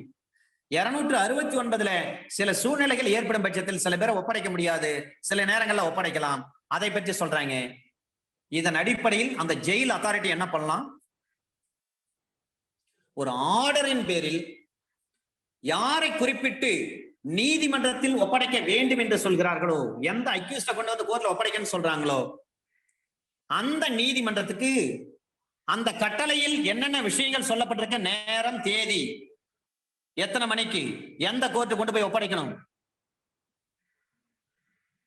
என்று சொல்லப்பட்டிருக்கிறதோ அதன்படி என்ன பண்ணுவாங்கன்னா அந்த நீதிமன்றத்துல விசாரிக்கப்படும் வரை அல்லது எந்த சிறையில் அவர் சிறை வைக்கப்பட்டிருந்தாரோ அல்லது தடுப்பு காவலில் வைக்கப்பட்டிருந்தாரோ அந்த சிறைச்சாலைக்கு மீண்டும் அவரை அழைத்து செல்லப்படும் வரை அவருக்கு நீதிமன்றம் அதிகாரம் அளிக்கும் வகையில் அந்த நீதிமன்றத்திலோ அல்லது அருகில் உள்ள அவரை பாதுகாவலில் வைத்திருக்கும்படி செய்தல் வேண்டும். சுருக்கமா சொன்னா, ஜெயில இருக்கிற ஒரு அக்யூஸ்ட் இந்த கேஸுக்காக அவங்களை கூட்டுவாங்க அப்படின்னு சொல்லிட்டாங்க. கேஸ் விசாரிக்கணும். ஜெயில இருக்காரு அந்த அக்யூஸ்ட் அல்லது டெட்டனோ இருக்கிறாரு. டிடென்ஷன் ஆர்டர்ல ஒரு டிடெனோ இருக்கிறாரு. அவர் அக்யூஸ்டா இருக்கலாம் அல்லது டிடெனோவா இருக்கலாம். அவங்களை கொண்டு வந்து இந்த கேஸ் சம்பந்தமா இவன் மீது விசாரணை நடக்குது, அந்த அக்யூஸ்ட கொண்டு வந்து கோர்ட்ல ப்ரொடியூஸ் பண்ணுங்கன்னு சொல்றாங்க. ப்ரொடியூஸ் பண்ணுகின்ற பொழுது எஸ்கார்ட்டோட வருவாங்க, வழிகாவல் போலீசாரோட வருவாங்க. கூப்பிட்டு வந்து அந்த விசாரணை முடிந்து அதன் பிறகு மீண்டும் சிறைச்சாலைக்கு திரும்ப அழைத்து செல்லும் வரை அவரை கோர்ட்லயோ அல்லது அருகில் இருக்கக்கூடிய ஏதாவது ஒரு பாதுகாப்பான இடத்துலயோ வைக்க மாதிரி இங்க வச்சிருங்க. கைதிகள் இடம், வழக்கறிஞர் இடம் அப்படின்ற ஒரு இடம் இருக்கும், அந்த மாதிரி இடத்துல வச்சிருங்கன்னு சொல்லுவாங்க. 270 பொறுத்தவரை ஜெயில இருந்து கூட்டு வர அக்யூஸ்டோ அல்லது தடுப்பு காவல் இருக்கிறவரையோ அந்த கேஸுடைய விசாரணைக்கு எந்த தேதி, எந்த மாசம், எந்த வருஷம், எந்த நீதிமன்றத்துக்கு அழைத்து வரணும்னு ஆர்டர் இருக்கோ அவரை கரெக்டா கூப்பிட்டு வரணும். கூப்பிட்டு வந்து கோர்ட்ல ஒப்படைச்சு அந்த விசாரணை முடியும் வரை, விசாரணை முடிஞ்ச பிறகு அவர் மீண்டும் என்ன பண்ணணும், ஜெயிலுக்கு கூட்டு போயிடணும். இதுக்கு இடைப்பட்ட காலம், அன்னைக்கு கேஸ் நிறைய இருக்கும், வேற வழியில அந்த அக்யூஸ்ட கொண்டு வந்து காலில இருந்து உட்கார வச்சுட்டு இருப்பாங்க. 10 மணிக்கு அல்லது 11 மணிக்கு ஜெயில இருந்து கூப்பிட்டு வந்திருப்பாங்க. ஆனா அந்த அக்யூஸ்ட் சம்பந்தப்பட்ட கேஸ் பாத்தீங்கன்னா சாயங்காலம் 6 மணிக்கு இல்ல 5:30 மணிக்கு 4:30 மணிக்கு தான் எடுப்பாங்க. அப்பதான் அது வரிசையில வரும். அதுவரை என்ன பண்றது, கோர்ட்ல ஏதாவது ஒரு இடத்துல பத்திரமான இடத்துல உட்கார வைங்க அப்படின்னு சொல்லணும். இதுதான் அண்டர் செக்ஷன் 270 270 CRPC 271 சிறையில் சாட்சியை விசாரணை செய்வதற்காக ஆணை பிறப்பிக்கும் அதிகாரம். இங்கதான் VCS வரும், VCA இங்கதான் வரும். Power to issue commission for examination of witness in person. சில சூழ்நிலைகளில் அக்யூஸ்ட கூப்பிட்டு வந்து ஜெயிலுக்கு கொண்டு வந்து விசாரிக்க முடியாத ஒரு சூழ்நிலை இருக்கும். பெரிய பெரிய கேஸ்ல தான் இதெல்லாம் நடக்கும். அப்ப என்ன செய்யலாம், ஒரு கமிஷன் போடுங்க. கமிஷன் எந்த ப்ரொவிஷன்ல போட முடியும், சிவில்ல சிபிசில கமிஷனை பத்தி எங்க சொல்றாங்க, எந்த ஆர்டர்ல சொல்றாங்க, ஆர்டர் 26 ரூல் 1ல சொல்றாங்களா கமிஷனை பற்றி.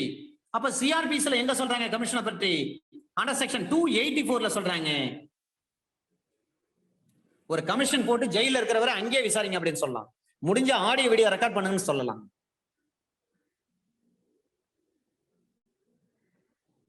அந்த கமிஷனர் பத்தி எங்க சொல்றாங்க, சாப்டர் நம்பர் 23ல தானே சொல்லப்பட்டிருக்கிறது. நார்மலா ஒரு மணல் திருட்டு கேஸ்ல ஒரு லாரியை பிடிச்சிருப்பாங்க, ஒரு டிராக்டர் பிடிச்சிருப்பாங்க, அல்லது ஒரு டாடா ஏசி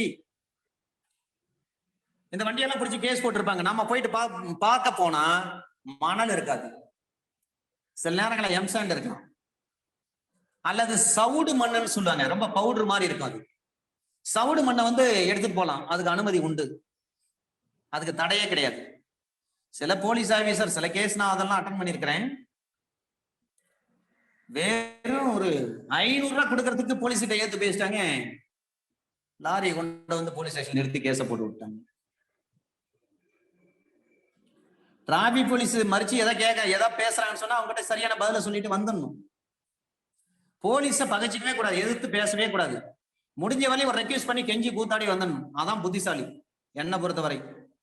போலீஸ் ஆபீசர் கிட்ட நீ பகைச்சின்னு என்ன பண்ண போறீங்க, அடிச்சிட்ட பிறகுதானே சமாதானம். கேஸ் போட்டு ஜெயிலுக்கு போயிட்டு வந்துட்டு அதன் பிறகுதானே கேஸ் நடத்தி நீங்க விடுதலை வாங்குறீங்க. அது 1 வருஷம் 2 வருஷம் 3 வருஷம் ஆகும் இல்லைங்களா. வருமுன் காப்பதே நலம், prevention is better than cure. அதுக்கு போலீஸ் ஆபீசருக்கு மறிக்கிறாங்கன்னா கீழே இறங்கி அழகா பதில் சொல்லிட்டு எப்படி சமாளிக்கணுமோ அப்படி சமாளிச்சுட்டு வரணும். அதுதான் சார் புத்திசாலித்தனம். அவங்க கிட்ட நம்ம சண்டை போடவே கூடாது. சண்டை போட்டா நமக்கு தான் பாதிப்பு, அவங்களுக்கு என்ன கிடக்குது. சர்வசாதாரணமா ஒரு கேஸை போட்டு ரிமாண்ட் கொடுத்து போயிட்டே இருப்பாங்க. இப்ப இது போன்ற சூழ்நிலை நம்ம என்ன செய்யலாம், 284 பெட்டிஷன் உடனே போடணும், டிலே பண்ணவே கூடாது. 284 CRPCல பெட்டிஷன் போட்டு என்ன பண்ணும், கமிஷன் அப்பாயிண்ட் பண்ணுங்க அப்படின்னு சொல்லணும். எதுக்காக கமிஷனர், அந்த லாரில வந்து சீஸ் பண்ண லாரில இருக்கிறது வந்து மணல் கிடையாது, சவுடு மண்ணு தாங்க. Mines and minerals, mines and மினரல்ஸ்ல ரெகுலேஷன் அண்ட் டெவலப்மெண்ட் ஆக்ட் இருக்கு. அந்த ஆக்ட்ல அண்டர் செக்ஷன் 21ல தான் கேஸ் போட்டிருப்பாங்க. இவர் வந்து மணல் கடத்தினார்னு சொல்லிட்டு இப்ப நாம என்ன செய்யலாம்? உடனே ஒரு கமிஷனர் அப்பாயிண்ட் பண்ணி அந்த இடத்த பார்வையிடணும். ஆனா நீங்க இந்த அளவுக்கு நீங்க எல்லா வேலையும் செய்கின்ற பொழுது போலீஸ் ஆபீசர் அதை விட பயங்கரமா செயல்படுவாங்க. பெட்டிஷன் போட்ட விஷயம் தெரிஞ்சு போச்சுன்னா போலீஸ்க்கு எவ்வளவு சீக்கிரம் முடியுமா அவ்வளவு சீக்கிரம் அந்த லாரில இருக்கிற மணலை கீழே இறக்கிட்டு, சாரி அந்த சவுடு மண்ணை கீழே இறக்கிட்டு அதுல கொஞ்சம் மணலை கொட்டி வச்சிருவாங்க. அதுக்கு எவ்வளவு பேர் உதவி செய்யறவங்க எல்லாம் இருக்கிறாங்க. இதெல்லாம் நடந்திருக்கு.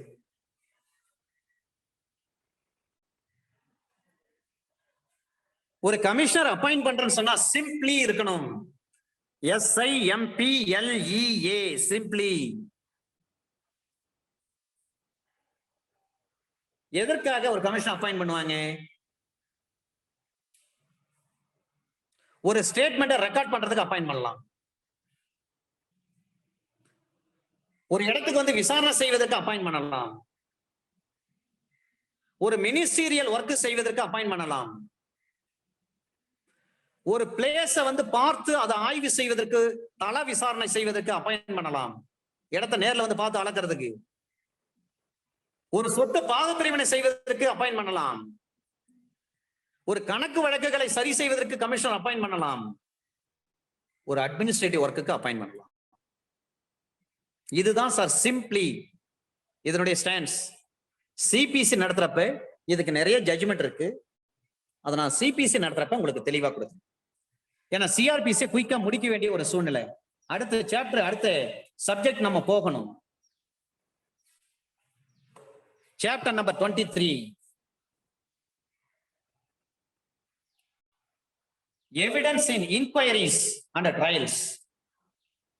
பரிசீலனைகளிலும் விசாரணைகளிலும் சாட்சியம். ஒரு சாட்சியத்தை எடுப்பதற்கு பதிவு செய்வதற்கான முறைகளை பற்றி சொல்றாங்க. எப்படி சாட்சியம் எடுக்க வேண்டும்? Mode of taking and recording evidence. Under section 272 திரும்ப திரும்ப அடிக்கடி கேட்கக்கூடிய ஒரு கேள்வி, நீதிமன்ற மொழி.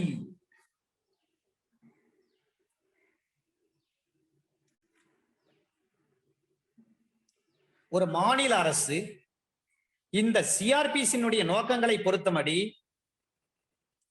இந்த நோக்கங்களை பொறுத்த மட்டும் இதில் என்னென்ன விஷயங்கள் சொல்லப்பட்டிருக்கிறதோ அந்த மாநிலத்தில் உள்ள உயர்நீதிமன்றம் தவிர மற்ற நீதிமன்றங்கள், அந்த உயர் நீதிமன்றத்துக்கு கீழ் அமைந்திருக்கக்கூடிய மற்ற நீதிமன்றங்களில் அந்த மாநில மக்களால் பேசப்படக்கூடிய மொழியை பயன்படுத்தலாம்.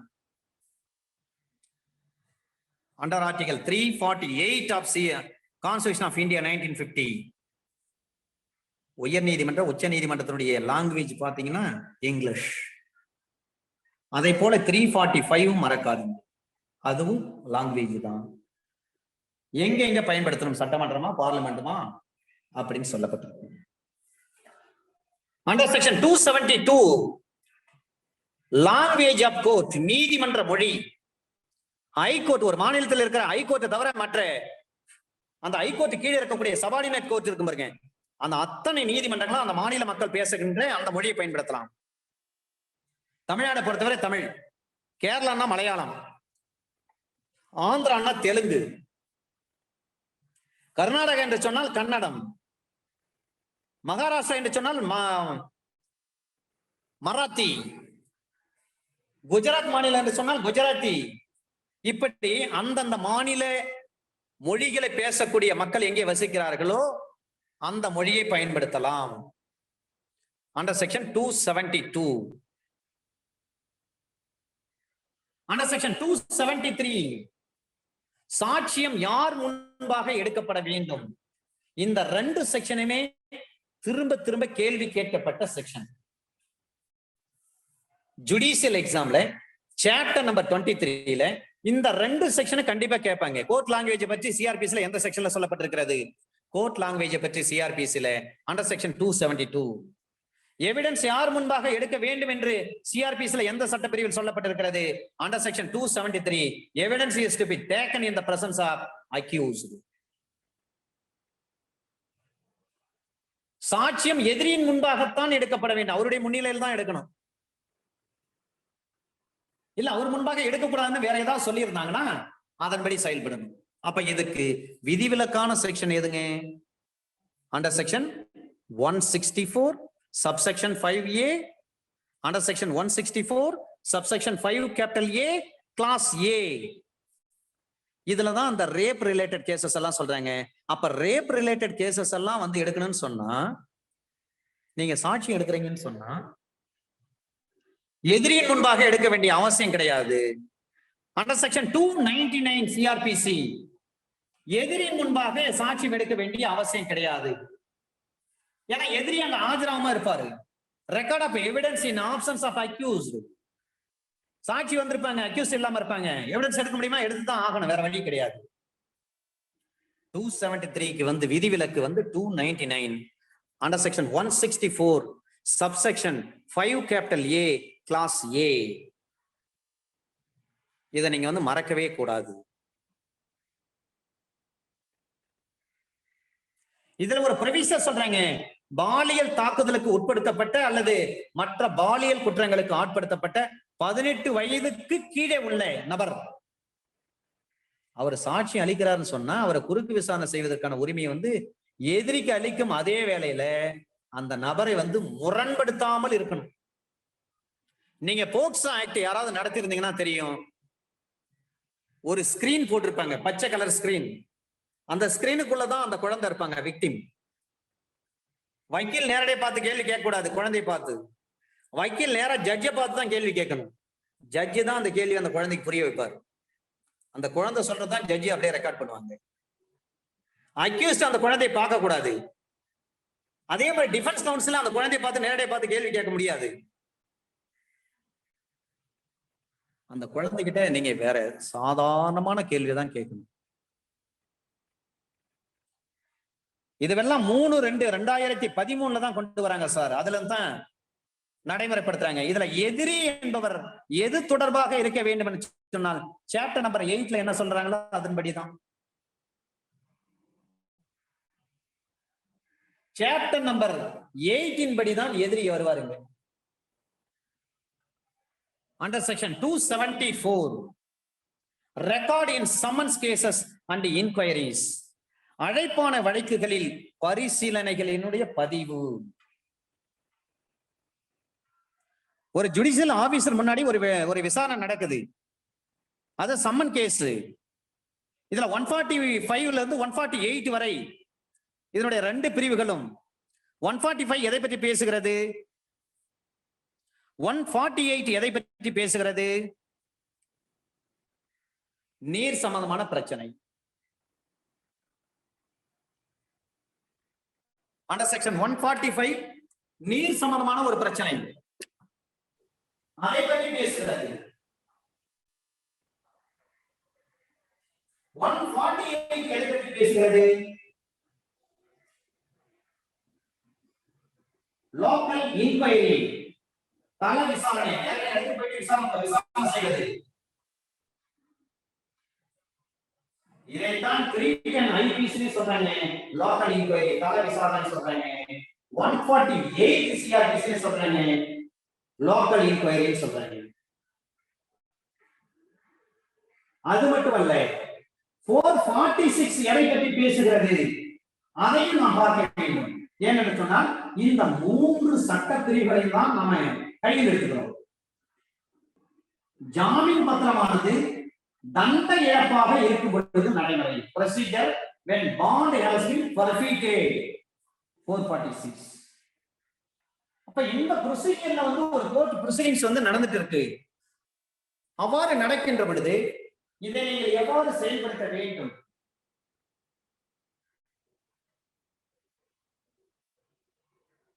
இந்த ப்ரொசீடிங்ஸ்ல நடக்குதுன்னு சொன்னா எந்த சாட்சி வந்தாலும் அந்த சாட்சி கிட்ட என்ன பண்ணும், அதனுடைய சாராம்சத்தை மட்டும், substance of the case, essence of the case is what, அதை மட்டும் நாம் எடுத்துக்கொள்ள வேண்டும். அது நீதிமன்ற மொழியில் தான் இருக்க வேண்டும். அப்போ ஒரு ஜுடிஷியல் மேஜிஸ்ட்ரேட் நினைக்கிறாரு, அவர் வந்து ஹிம்சை எடுக்கிறாரு, அவரால் ஹிம்சை எடுக்க முடியல. அப்ப அவர் என்ன செய்யலாம்? இந்த காரணத்தை பதிவு செய்வதற்கு பின்பு அந்த குறிப்பை எழுத்து மூலமாக நீதிமன்றத்தில் பகிரங்கமாக அவர் சொல்ல சொல்ல எழுத சொல்லலாம். அப்படின்னா என்ன அர்த்தம்? ஸ்டெனோ கிட்ட கொடுத்து சொல்றாங்க இல்லைங்களா, அடிங்க அப்படின்னு சொல்லி. காப்பிஸ்ட் கூப்பிடுங்க, ஸ்டெனோ கூப்பிடுங்க, அடிங்கன்னு சொல்றாங்க பாருங்க. அதுதான் இங்க விஷயம். நடுவர் அவராகவே ஒரு குறிப்பெடுத்துக் கொள்ளலாம். அவரால் குறிப்பெடுக்க முடியல. அவருடைய இயலாமைக்கான காரணத்தை பதிவு செய்த பிறகு என்னால வந்து குறிப்பெடுக்க முடியல, இந்த சாட்சியை விசாரணை பண்ற, சாட்சியை கொண்டு வந்துட்டாங்க, இந்த சாட்சி கிட்ட நாங்க விசாரிக்கிறோம், இப்போதைக்கு என்னால வந்து குறிப்பெடுக்க முடியல, காரணம் எனக்கு வந்து கையில் அடிபட்டு இருக்கு அல்லது எனக்கு டைம் இல்ல, எனவே இந்த ஸ்டெனோ கிட்ட சொல்றேன், அந்த ஸ்டெனோ அடிப்பாங்க, அந்த சாட்சி சொல்றக்கூடிய அந்த சாட்சியத்தை அந்த ஸ்டெனோ என்ன பண்ணாங்க, பதிவு செய்வாங்க. அப்ப யார் சொல்லணும்? நீதிபதி சொல்ல சொல்ல அந்த ஸ்டெனோ ரெக்கார்ட் பண்றாங்க பாருங்க. இதுதான் ப்ரொவிசோ. Under section 274 proviso.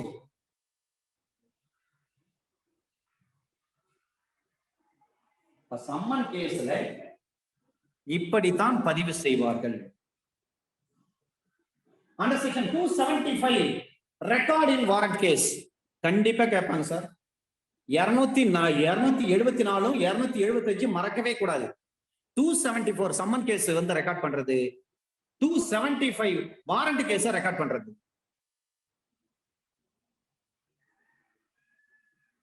இதுல ஒரு விஷயம் நீங்க கண்டிப்பா இதை தெரிஞ்சே ஆக வேண்டும். சம்மன் கேஸ்னா என்ன, வாரண்ட் கேஸ்னா என்ன, அதை நம்ம தெரிஞ்சுக்கணும். சம்மன் கேஸ் என்பது ஒரு பிடிக்கட்டளை வழக்கு அல்லாத, வாரண்ட் கேஸ் இல்லாத ஒரு குற்றத்தை பொறுத்து ஒரு வழக்குன்னு அர்த்தம். சம்மன் கேஸ்னா பிடிக்கட்டளை வழக்கு அல்லாத வழக்கு, அப்படின்னா வாரண்ட் கேஸ் இல்லாத எல்லாமே வந்து சம்மன் கேஸ்னு அர்த்தம்.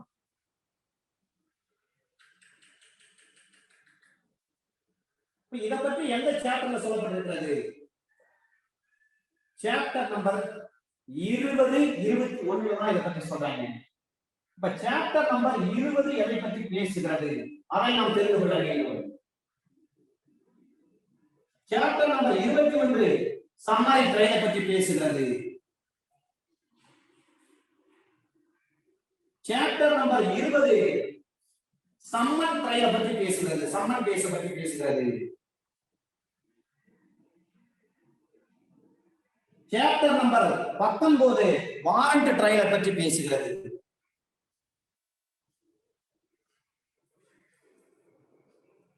இந்த செஷன் முடிஞ்ச பிறகு ஒரு சில கொஸ்டின் சார், அதுக்கு நீங்க பதில் சொல்லணும். செஷன் முடிஞ்ச பிறகு சொல்லணும்.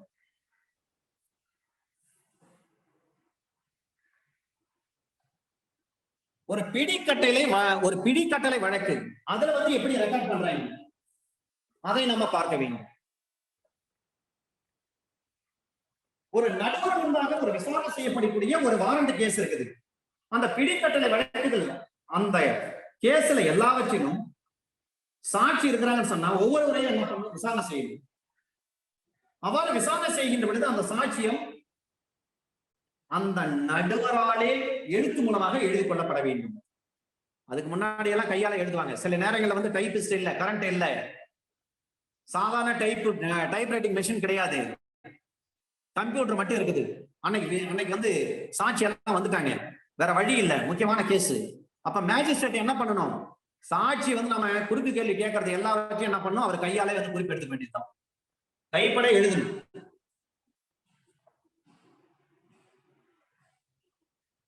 அல்லது அவர் உடல் சம்பந்தமாக முடியாம போச்சு, எழுத முடியல, அவருடைய இயலாமை காரணமாக அவ்வாறு செயல்பட முடியாத இருக்கும் பட்சத்தில் அதற்கான காரணத்தை பதிவு செஞ்சீங்கன்னா என்ன பண்ணும், அவர் மேற்பார்வையில், அவருடைய கண்காணிப்பில் இதற்கென்று நீதிமன்றத்தால் நியமனம் செய்யப்பட்ட அலுவலர் அவரால் எழுதப்பட வேண்டும். அங்கதான் ஸ்டெனோ வராங்க. வாரண்ட் கேஸ்ல வந்து ஜுடிஷியல் மேஜிஸ்ட்ரேட் சாட்சி வந்துட்டாங்க சொன்னா, சாட்சி சொல்றது எல்லாமே சீப்பு கிராஸ் எல்லாத்தையும் என்ன பண்ணும், கைப்பட தான் எழுதணும். அவரால் எழுத முடியல. இந்த நேரத்துல கவர்மெண்டே ஒரு ஸ்டெனோ அப்பாயிண்ட் பண்ணிருக்காங்க. அப்ப என்ன அர்த்தம், ஸ்டெனோ இருக்கிறாங்கன்னு சொன்னா ஜுடிஷியல் மேஜிஸ்ட்ரேட் சாட்சி சொல்ற முதல் விசாரணை, குறுக்கு விசாரணை, இது எல்லாவற்றையும் என்ன பண்ணும், நீதிபதி சொல்ல சொல்ல, குற்றவியல் நீதித்துறை நடுவர் சொல்ல சொல்ல அந்த ஸ்டெனோ டைப் பண்ணிக்குவாங்க. இதுல ப்ரொவிசர் சொல்றாங்க, சாட்சி ஒருவரிடம் இந்த சாட்சி பதிவு செய்வதை ஆடியோ வீடியோ போன்ற மின்னணு சாதனத்தில் கூட குற்றம் சாட்டப்பட்டவரின் வழக்கறிஞர் முன்னிலை பதிவு செய்யணும். Chief examination in chief cross examination under section 137ல டிஃபைன் பண்ணிருக்காங்க. 138 இந்தியன் எவிடன்ஸ் ஆக்ட்ல தெளிவா சொல்லப்பட்டிருக்கிறது. எக்ஸாமினேஷன் இன் சீஃப்னா முதல் விசாரணை, கிராஸ் எக்ஸாமினேஷன்னா குறுக்கு விசாரணை, ரீ எக்ஸாமினேஷன்னா மறு விசாரணை. இதையெல்லாம் எப்பொழுது செய்யப்படும் என்று under section 138 Indian evidence act 1872ல தெளிவாக சொல்லப்பட்டிருக்கிறது. அவ்வாறு சொல்லப்படுகின்ற பொழுது ஒரு சாட்சிய வாரண்ட் கேஸ்ல விசாரிக்கிறாங்கன்னு சொன்னா அந்த விசாரணையை ஆடியோ வீடியோ பண்ணலாம். யார் முன்னிலையில் செய்ய வேண்டும்? In the presence of accused counsel. குற்றம் சுமத்தப்பட்டவனுடைய வழக்கறிஞர், எதிரினுடைய வழக்கறிஞர் முன்பாக குற்றம் சாட்டப்பட்டவரினுடைய வழக்கறிஞர் முன்னிலையில் தான் ஆடியோ வீடியோகிராஃபி பண்ணணும், என்ன பண்ணக்கூடாது. இதுதான் பிரவேசம். அண்டர் செக்ஷன் 275 சப்செக்ஷன் 2ல சொல்றாங்க, ஒரு சாட்சியத்தை ஒரு நடுவர் எழுதுகின்ற பொழுது அவர் சப்செக்ஷன் 1ல என்னென்ன விஷயங்கள் சொல்லப்பட்டிருக்கிறதோ அந்த காரணங்களால் அந்த நடுவரால் எழுதப்பட முடியவில்லை, கையால எழுத முடியவில்லை சொன்னா, கையால எழுத முடியவில்லை என்பதற்காக ஒரு உறுதி சான்றை பதிவு செய்ய வேண்டும். என்னால வந்து கைப்பட எழுத முடியலைங்க, ஸ்டெனோ வச்சு அடிச்சுங்க அப்படின்னு சொல்லிட்டு அதுக்காக ஒரு கன்ஃபர்மேஷன் சர்டிபிகேட் அதை ரெக்கார்ட் பண்ணணும். இதை யாரும் சப்செக்ஷன் 2 யாரும் ஃபாலோ பண்ற மாதிரி எனக்கு தெரியல. சப்செக்ஷன் 3 இது போன்ற சாட்சியம் சாதாரணமா எடுக்கிறாங்க. அல்லது ஒரு வரலாற்று முறையில் எழுத வேண்டும் என்று சொன்னால் 275 எப்படி சொல்றாங்க பாருங்க.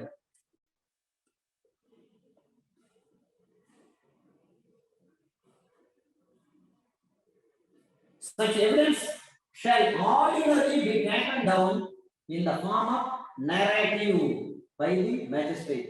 May in his discretion take down or cause to be taken down any part of such evidence in the form of question and answer.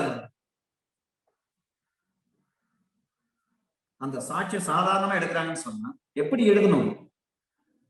அந்த நடுவர் எவ்வாறு அவருடைய விருப்பம் போல அந்த சாட்சியத்தை வந்து எந்த பகுதியும் வினா விடை வடிவத்தில் எழுதி கொள்ளலாம் அல்லது எழுதும்படி செய்யலாம். கேள்வி பதில் வடிவத்துல வந்து அந்த சாட்சியத்தை எடுக்கலாம். சப்செக்ஷன் 4ல சொல்றாங்க, அவ்வாறு எழுதப்பட்ட சாட்சியம் நடுவரால் கையொப்பமிட வேண்டும். அவற்றை அந்த கட்டோடு இணைத்துக் கொள்ள வேண்டும். பதிவு கட்டுடன் அதுல ஒரு பக்கமாக அமைதல் வேண்டும். அதுவும் part and parcel of the case bundle.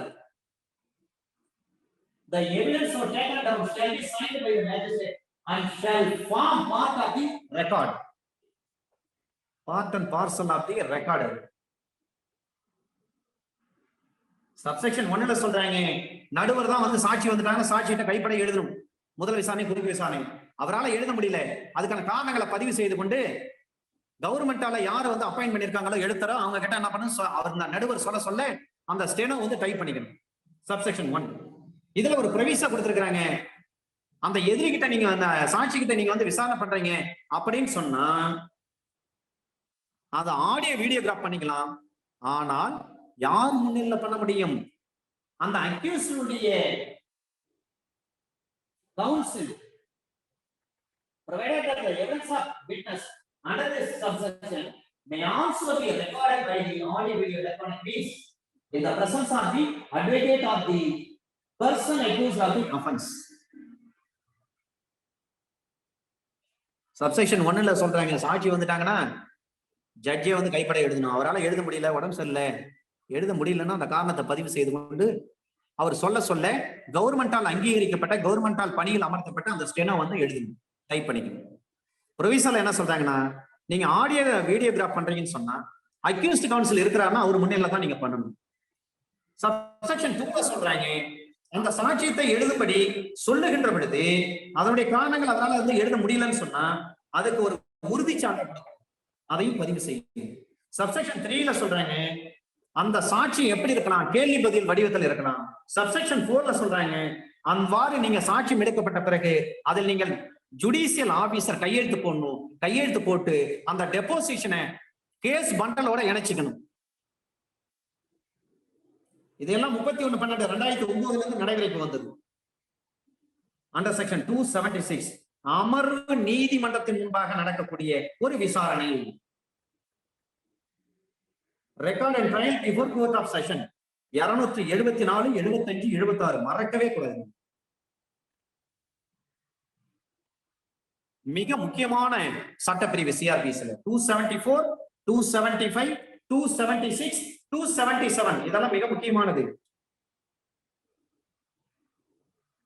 அப்ப அமர்வு நீதிமன்றத்தின் முன்பாக ஒரு வழக்கு விசாரணை நடக்குதுன்னு சொன்னா அந்த கேஸ்ல இருக்கக்கூடிய அத்தனை சாட்சிகளை ஒவ்வொருவரும் தனித்தனியா விசாரணை செய்யணும். அப்படி விசாரணைக்கு வருகின்ற பொழுது அந்த சாட்சியத்தினுடைய தலைமை வகிக்கின்ற நீதிபதி கோர்ட் ஆஃப் செஷன், அதாவது டிஸ்ட்ரிக்ட் செஷன் ஜட்ஜி அல்லது அந்த நீதிமன்றத்தின் பகிரங்கமாக சொல்ல அவர் மேற்பார்வையில் அவருடைய கண்காணிப்பில் இதற்கென்று அரசால் நியமனம் செய்யப்பட்ட நீதிமன்றத்தினுடைய அலுவலரால் எழுதப்பட வேண்டும். இங்கேயும் செஷன் ஜட்ஜி என்ன பண்ணுவாங்க, ஒவ்வொரு விட்னஸ் விசாரிக்கிறப்ப முதல் விசாரணை, குறுக்கு விசாரணை இதெல்லாம் என்ன பண்ணும், செஷன் ஜட்ஜி சொல்ல அந்த ஸ்டெனோ அந்த டைபிஸ்ட் என்ன பண்ணும், டைப் பண்ணணும்னு அர்த்தம். சப்செக்ஷன் 2ல சொல்றாங்க அந்த சாட்சியம் சாதாரணமான முறையில் தான் இருக்கணும். அதுல நீதிபதி அவருடைய விருப்பம் போல் அந்த சாட்சியத்தில் எந்த பகுதியையும் அவர் வினாவிடை வடிவத்தில் இருக்கலாம், கேள்வி பதில் வடிவத்தில் அந்த சாட்சியம் எடுக்கலாம், அந்த சாட்சியத்தை பதிவு செய்து கொள்ளலாம். அவ்வாறு எழுதப்பட்ட அந்த சாட்சியத்தில் அந்த தலைமை நீதிபதி, அந்த மாவட்ட அமர்வு நீதிபதி அவர்கள் கையொப்பமிட்டு கேஸ் பண்டல அது ஒரு பார்ட்டா சேர்க்கணும். இதுதான் 276. 274 summon case, 275 warrant case, 276 sessions case, 277 language of record of evidence.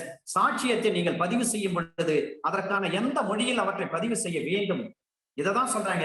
275 276 படி 275 எதை பற்றி சொல்றாங்க, வாரண்ட் கேஸ சொல்றாங்க. 276 எதை பற்றி சொல்றாங்க, செஷன்ஸ் கேஸ சொல்றாங்க. அப்ப 275 276 படி நீங்க சாட்சியம் எடுக்கிறீங்கன்னு சொன்னா அந்த ஒவ்வொரு வழக்கிலும் சரி சாட்சி நீதிமன்ற மொழியில் தான் கொடுக்க வேண்டும், அந்த மொழியில் தான் எழுதணும்.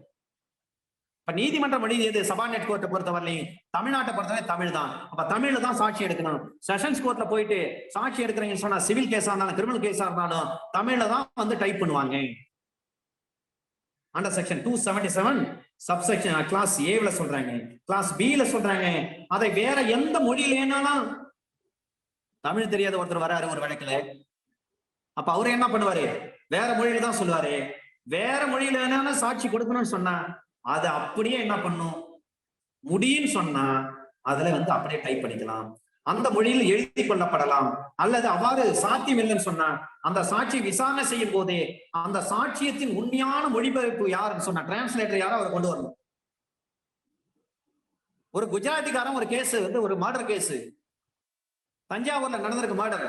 குஜராத்திக்காரன் வேலை செய்யறான், அவன் கண்ணு முன்னாடிதான் கொலை நடந்திருக்கு, அடையாளம் அவன் தான் காட்டுறான், அவன் தான் கோர்ட்ல வந்து சாட்சி சொல்றான். அவனுக்கு இங்கிலீஷ் தெரியாது, ஹிந்தி தெரியாது, குஜராத்தி மட்டும்தான் தெரியும். ஆனா அவன் தான் பிரைம் விட்னஸ், அவன் பீடல் 1. அவனை கூட்டு வந்துட்டாங்க செஷன்ஸ் கோர்ட்டுக்கு. அவனுக்கு ஹிந்தியும் தெரியல, இங்கிலீஷும் தெரியல, தமிழும் தெரியல. அவனுக்கு தெரிஞ்ச ஒரே மொழி அவன் தாய்மொழி குஜராத்தி தான். அப்ப என்ன செய்ய முடியும், கோர்ட்டு ஒரு டிரான்ஸ்லேட்டர் கூட்டுவாங்க, குஜராத் மொழி தெரிஞ்ச நபர் அப்படின்னு சொல்லி டிரான்ஸ்லேட்டர் கூப்பிட்டு வந்து அந்த குஜராத்திக்காரங்கிட்ட அவனை வந்து பாக்ஸ்ல நிக்க வச்சு கேள்வி கேட்டு அதை அப்படியே டிரான்ஸ்லேட் பண்ணிக்க வேண்டியது. அப்ப அதுல வந்து செஷன் ஜட்ஜ் என்ன பண்ண, கையெழுத்து போடணும். இதே ஜுடிஷியல் மேஜிஸ்ட்ரேட்ல இது மாதிரி நடக்குது, அப்ப ஜுடிஷியல் மேஜிஸ்ட்ரேட் கையெழுத்து பண்ணும். இல்ல சிஜிஎம் கோர்ட்ல நடக்குது இது மாதிரி விசாரணை, சிஜிஎம் கையெழுத்து பண்ணும். அல்லது ஏஎஸ்ஜேல நடக்குது, அசிஸ்டன்ட் செஷன் ஜட்ஜி கோர்ட்ல நடக்குது, அசிஸ்டன்ட் செஷன் ஜட்ஜி அதுல கையெழுத்து பண்ணும். அல்லது ஏடிஜே கோர்ட்ல நடக்குது, அடிஷனல் டிஸ்ட்ரிக்ட் ஜட்ஜி கோர்ட்ல நடக்கும் பட்சத்தில் ஏடிஜே அதுல கையெழுத்து பண்ணும். கிளாஸ் சில சொல்றாங்க, பில என்னென்ன விஷயங்கள் சொல்லப்பட்ட, பில என்ன சொல்றாங்க, மொழி தெரியாத வரான், அவன் சொல்ற சாட்சி கோர்ட்ல எடுக்க முடியுதுன்னா எடுத்துக்கலாம், முடியலன்னு சொன்னா அவன் எந்த மொழி பேசுறான் அந்த மொழிக்கு மொழி தெரிஞ்ச ஒரு டிரான்ஸ்லேட்டர் கூட்டு வந்து வச்சுட்டு நீங்க அவன் சொல்ற டெபாசிஷன் அப்படியே நீங்க டிரான்ஸ்லேட் பண்ணி அதை வச்சுங்க அப்படின்னு சொல்றாங்க. இதுதான் பில சொல்றாங்க. இந்த பில சொல்லப்பட்ட சாட்சியமானது நீதிமன்ற மொழி அல்லாத வேறு மொழியாக இருக்கும் பட்சத்தில் எவ்வளவு சீக்கிரமா முடியுமா, எவ்வளவு விரைவாக முடியுமா அவ்வளவு விரைவாக டிரான்ஸ்லேட்டர் கொண்டு வந்து அதன் உண்மையான மொழிபெயர்ப்பு என்ன பண்ணும், நீதிமன்ற மொழியில தயாரிக்கணும்.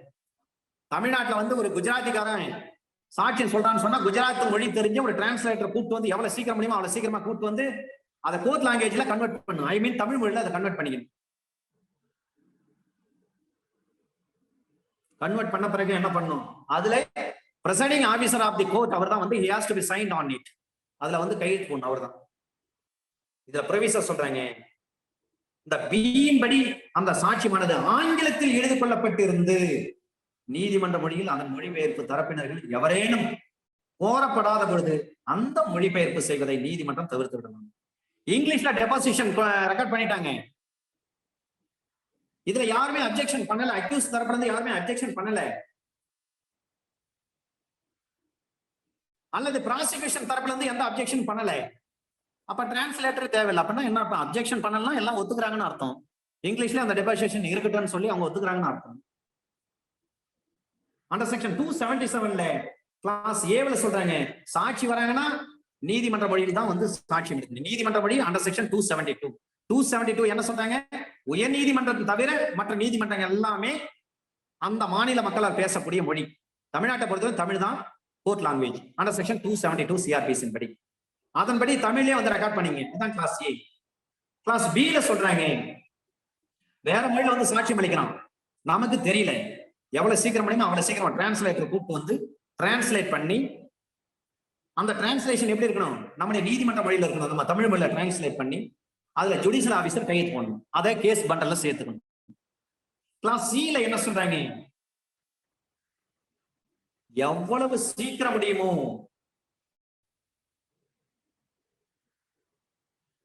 அவ்வளவு சீக்கிரம் வந்து அந்த டிரான்ஸ்லேட்டர் கூப்பிட்டுவாங்க, விரைவாக மொழிபெயர்ப்பு செய்யுங்க, விரைவாக அதனுடைய உண்மையான மொழிபெயர்ப்பு நீதிமன்ற மொழியில் தயாரிக்கப்பட்டு அதுல ஜுடிஷியல் ஆபீசர் கையெழுத்து போடணும். சில நேரங்கள்ல என்ன பண்ணாங்க, குஜராத் மொழியில சொல்றாங்க அப்படியே ரெக்கார்ட் பண்ணீங்கன்னு சொல்லுவாங்க. வீடியோகிராஃப் பண்ணீங்க, டிஃபென்ஸ் கவுன்சில் இருக்கிறாரு, அவர் முன்னிலேயே ஆடியோ வீடியோ பண்ணிடுங்க. இப்போதைக்கு டிரான்ஸ்லேட்டர் கிடைக்கல, இந்த ஏரியாவில் வந்து குஜராத் மொழி பேசக்கூடிய டிரான்ஸ்லேட்டர் கிடைக்கல. அவர் எப்ப கிடைக்கிறாரோ அவர் முன்னிலை என்ன பண்ணிக்கலாம், அவரை கொண்டு வந்து இந்த ஆடியோ வீடியோ அவர் முன்னிலை போட்டு நம்ம போட்டு காட்டி அதை அப்படியே டிரான்ஸ்லேட் பண்ணி எழுதி வாங்கிக்கலாம். இதுதான் அண்டர் செக்ஷன் 277ல கிளாஸ் சில சொல்றாங்க, எவ்வளவு விரைவாக முடியுமோ அவ்வளவு விரைவாக அந்த டிரான்ஸ்லேட்டரை ஏற்பாடு பண்ணி, எவ்வளவு விரைவாக முடியுமோ அவ்வளவு விரைவாக அதை நீதிமன்ற மொழியில டிரான்ஸ்லேட் பண்ணிட்டு, எவ்வளவு சீக்கிரம் முடியுமோ அவ்வளவு சீக்கிரத்துல டிரான்ஸ்லேட் கூப்பிட்டு வரணும். கூப்பிட்டு வந்த பிறகு எவ்வளவு சீக்கிரமா முடியுமோ அவ்வளவு சீக்கிரமா அந்த டிரான்ஸ்லேட்டர் இருந்து அதை டிரான்ஸ்லேட் பண்ணி நம்ம வாங்கிக்கணும், நீதிமன்ற மொழியில வாங்கிக்கணும். தமிழ்நாட்டை பொறுத்தவரை தமிழ்ல எழுதி வாங்கிக்கணும். அதுல ஜுடிஷியல் ஆபீசர் கையெழுத்து போடணும். இதுல ப்ரொவிசர் சொல்றாங்க, இங்கிலீஷ்ல வந்து நம்ம டெபாசிஷன் எடுத்துட்டான்னு சொன்னா ரெண்டு பார்ட்டில எந்த பார்ட்டியும் அப்ஜெக்ஷன் பண்ணலாம், டிரான்ஸ்லேட் பண்ண வேண்டிய அவசியம் கிடையாது.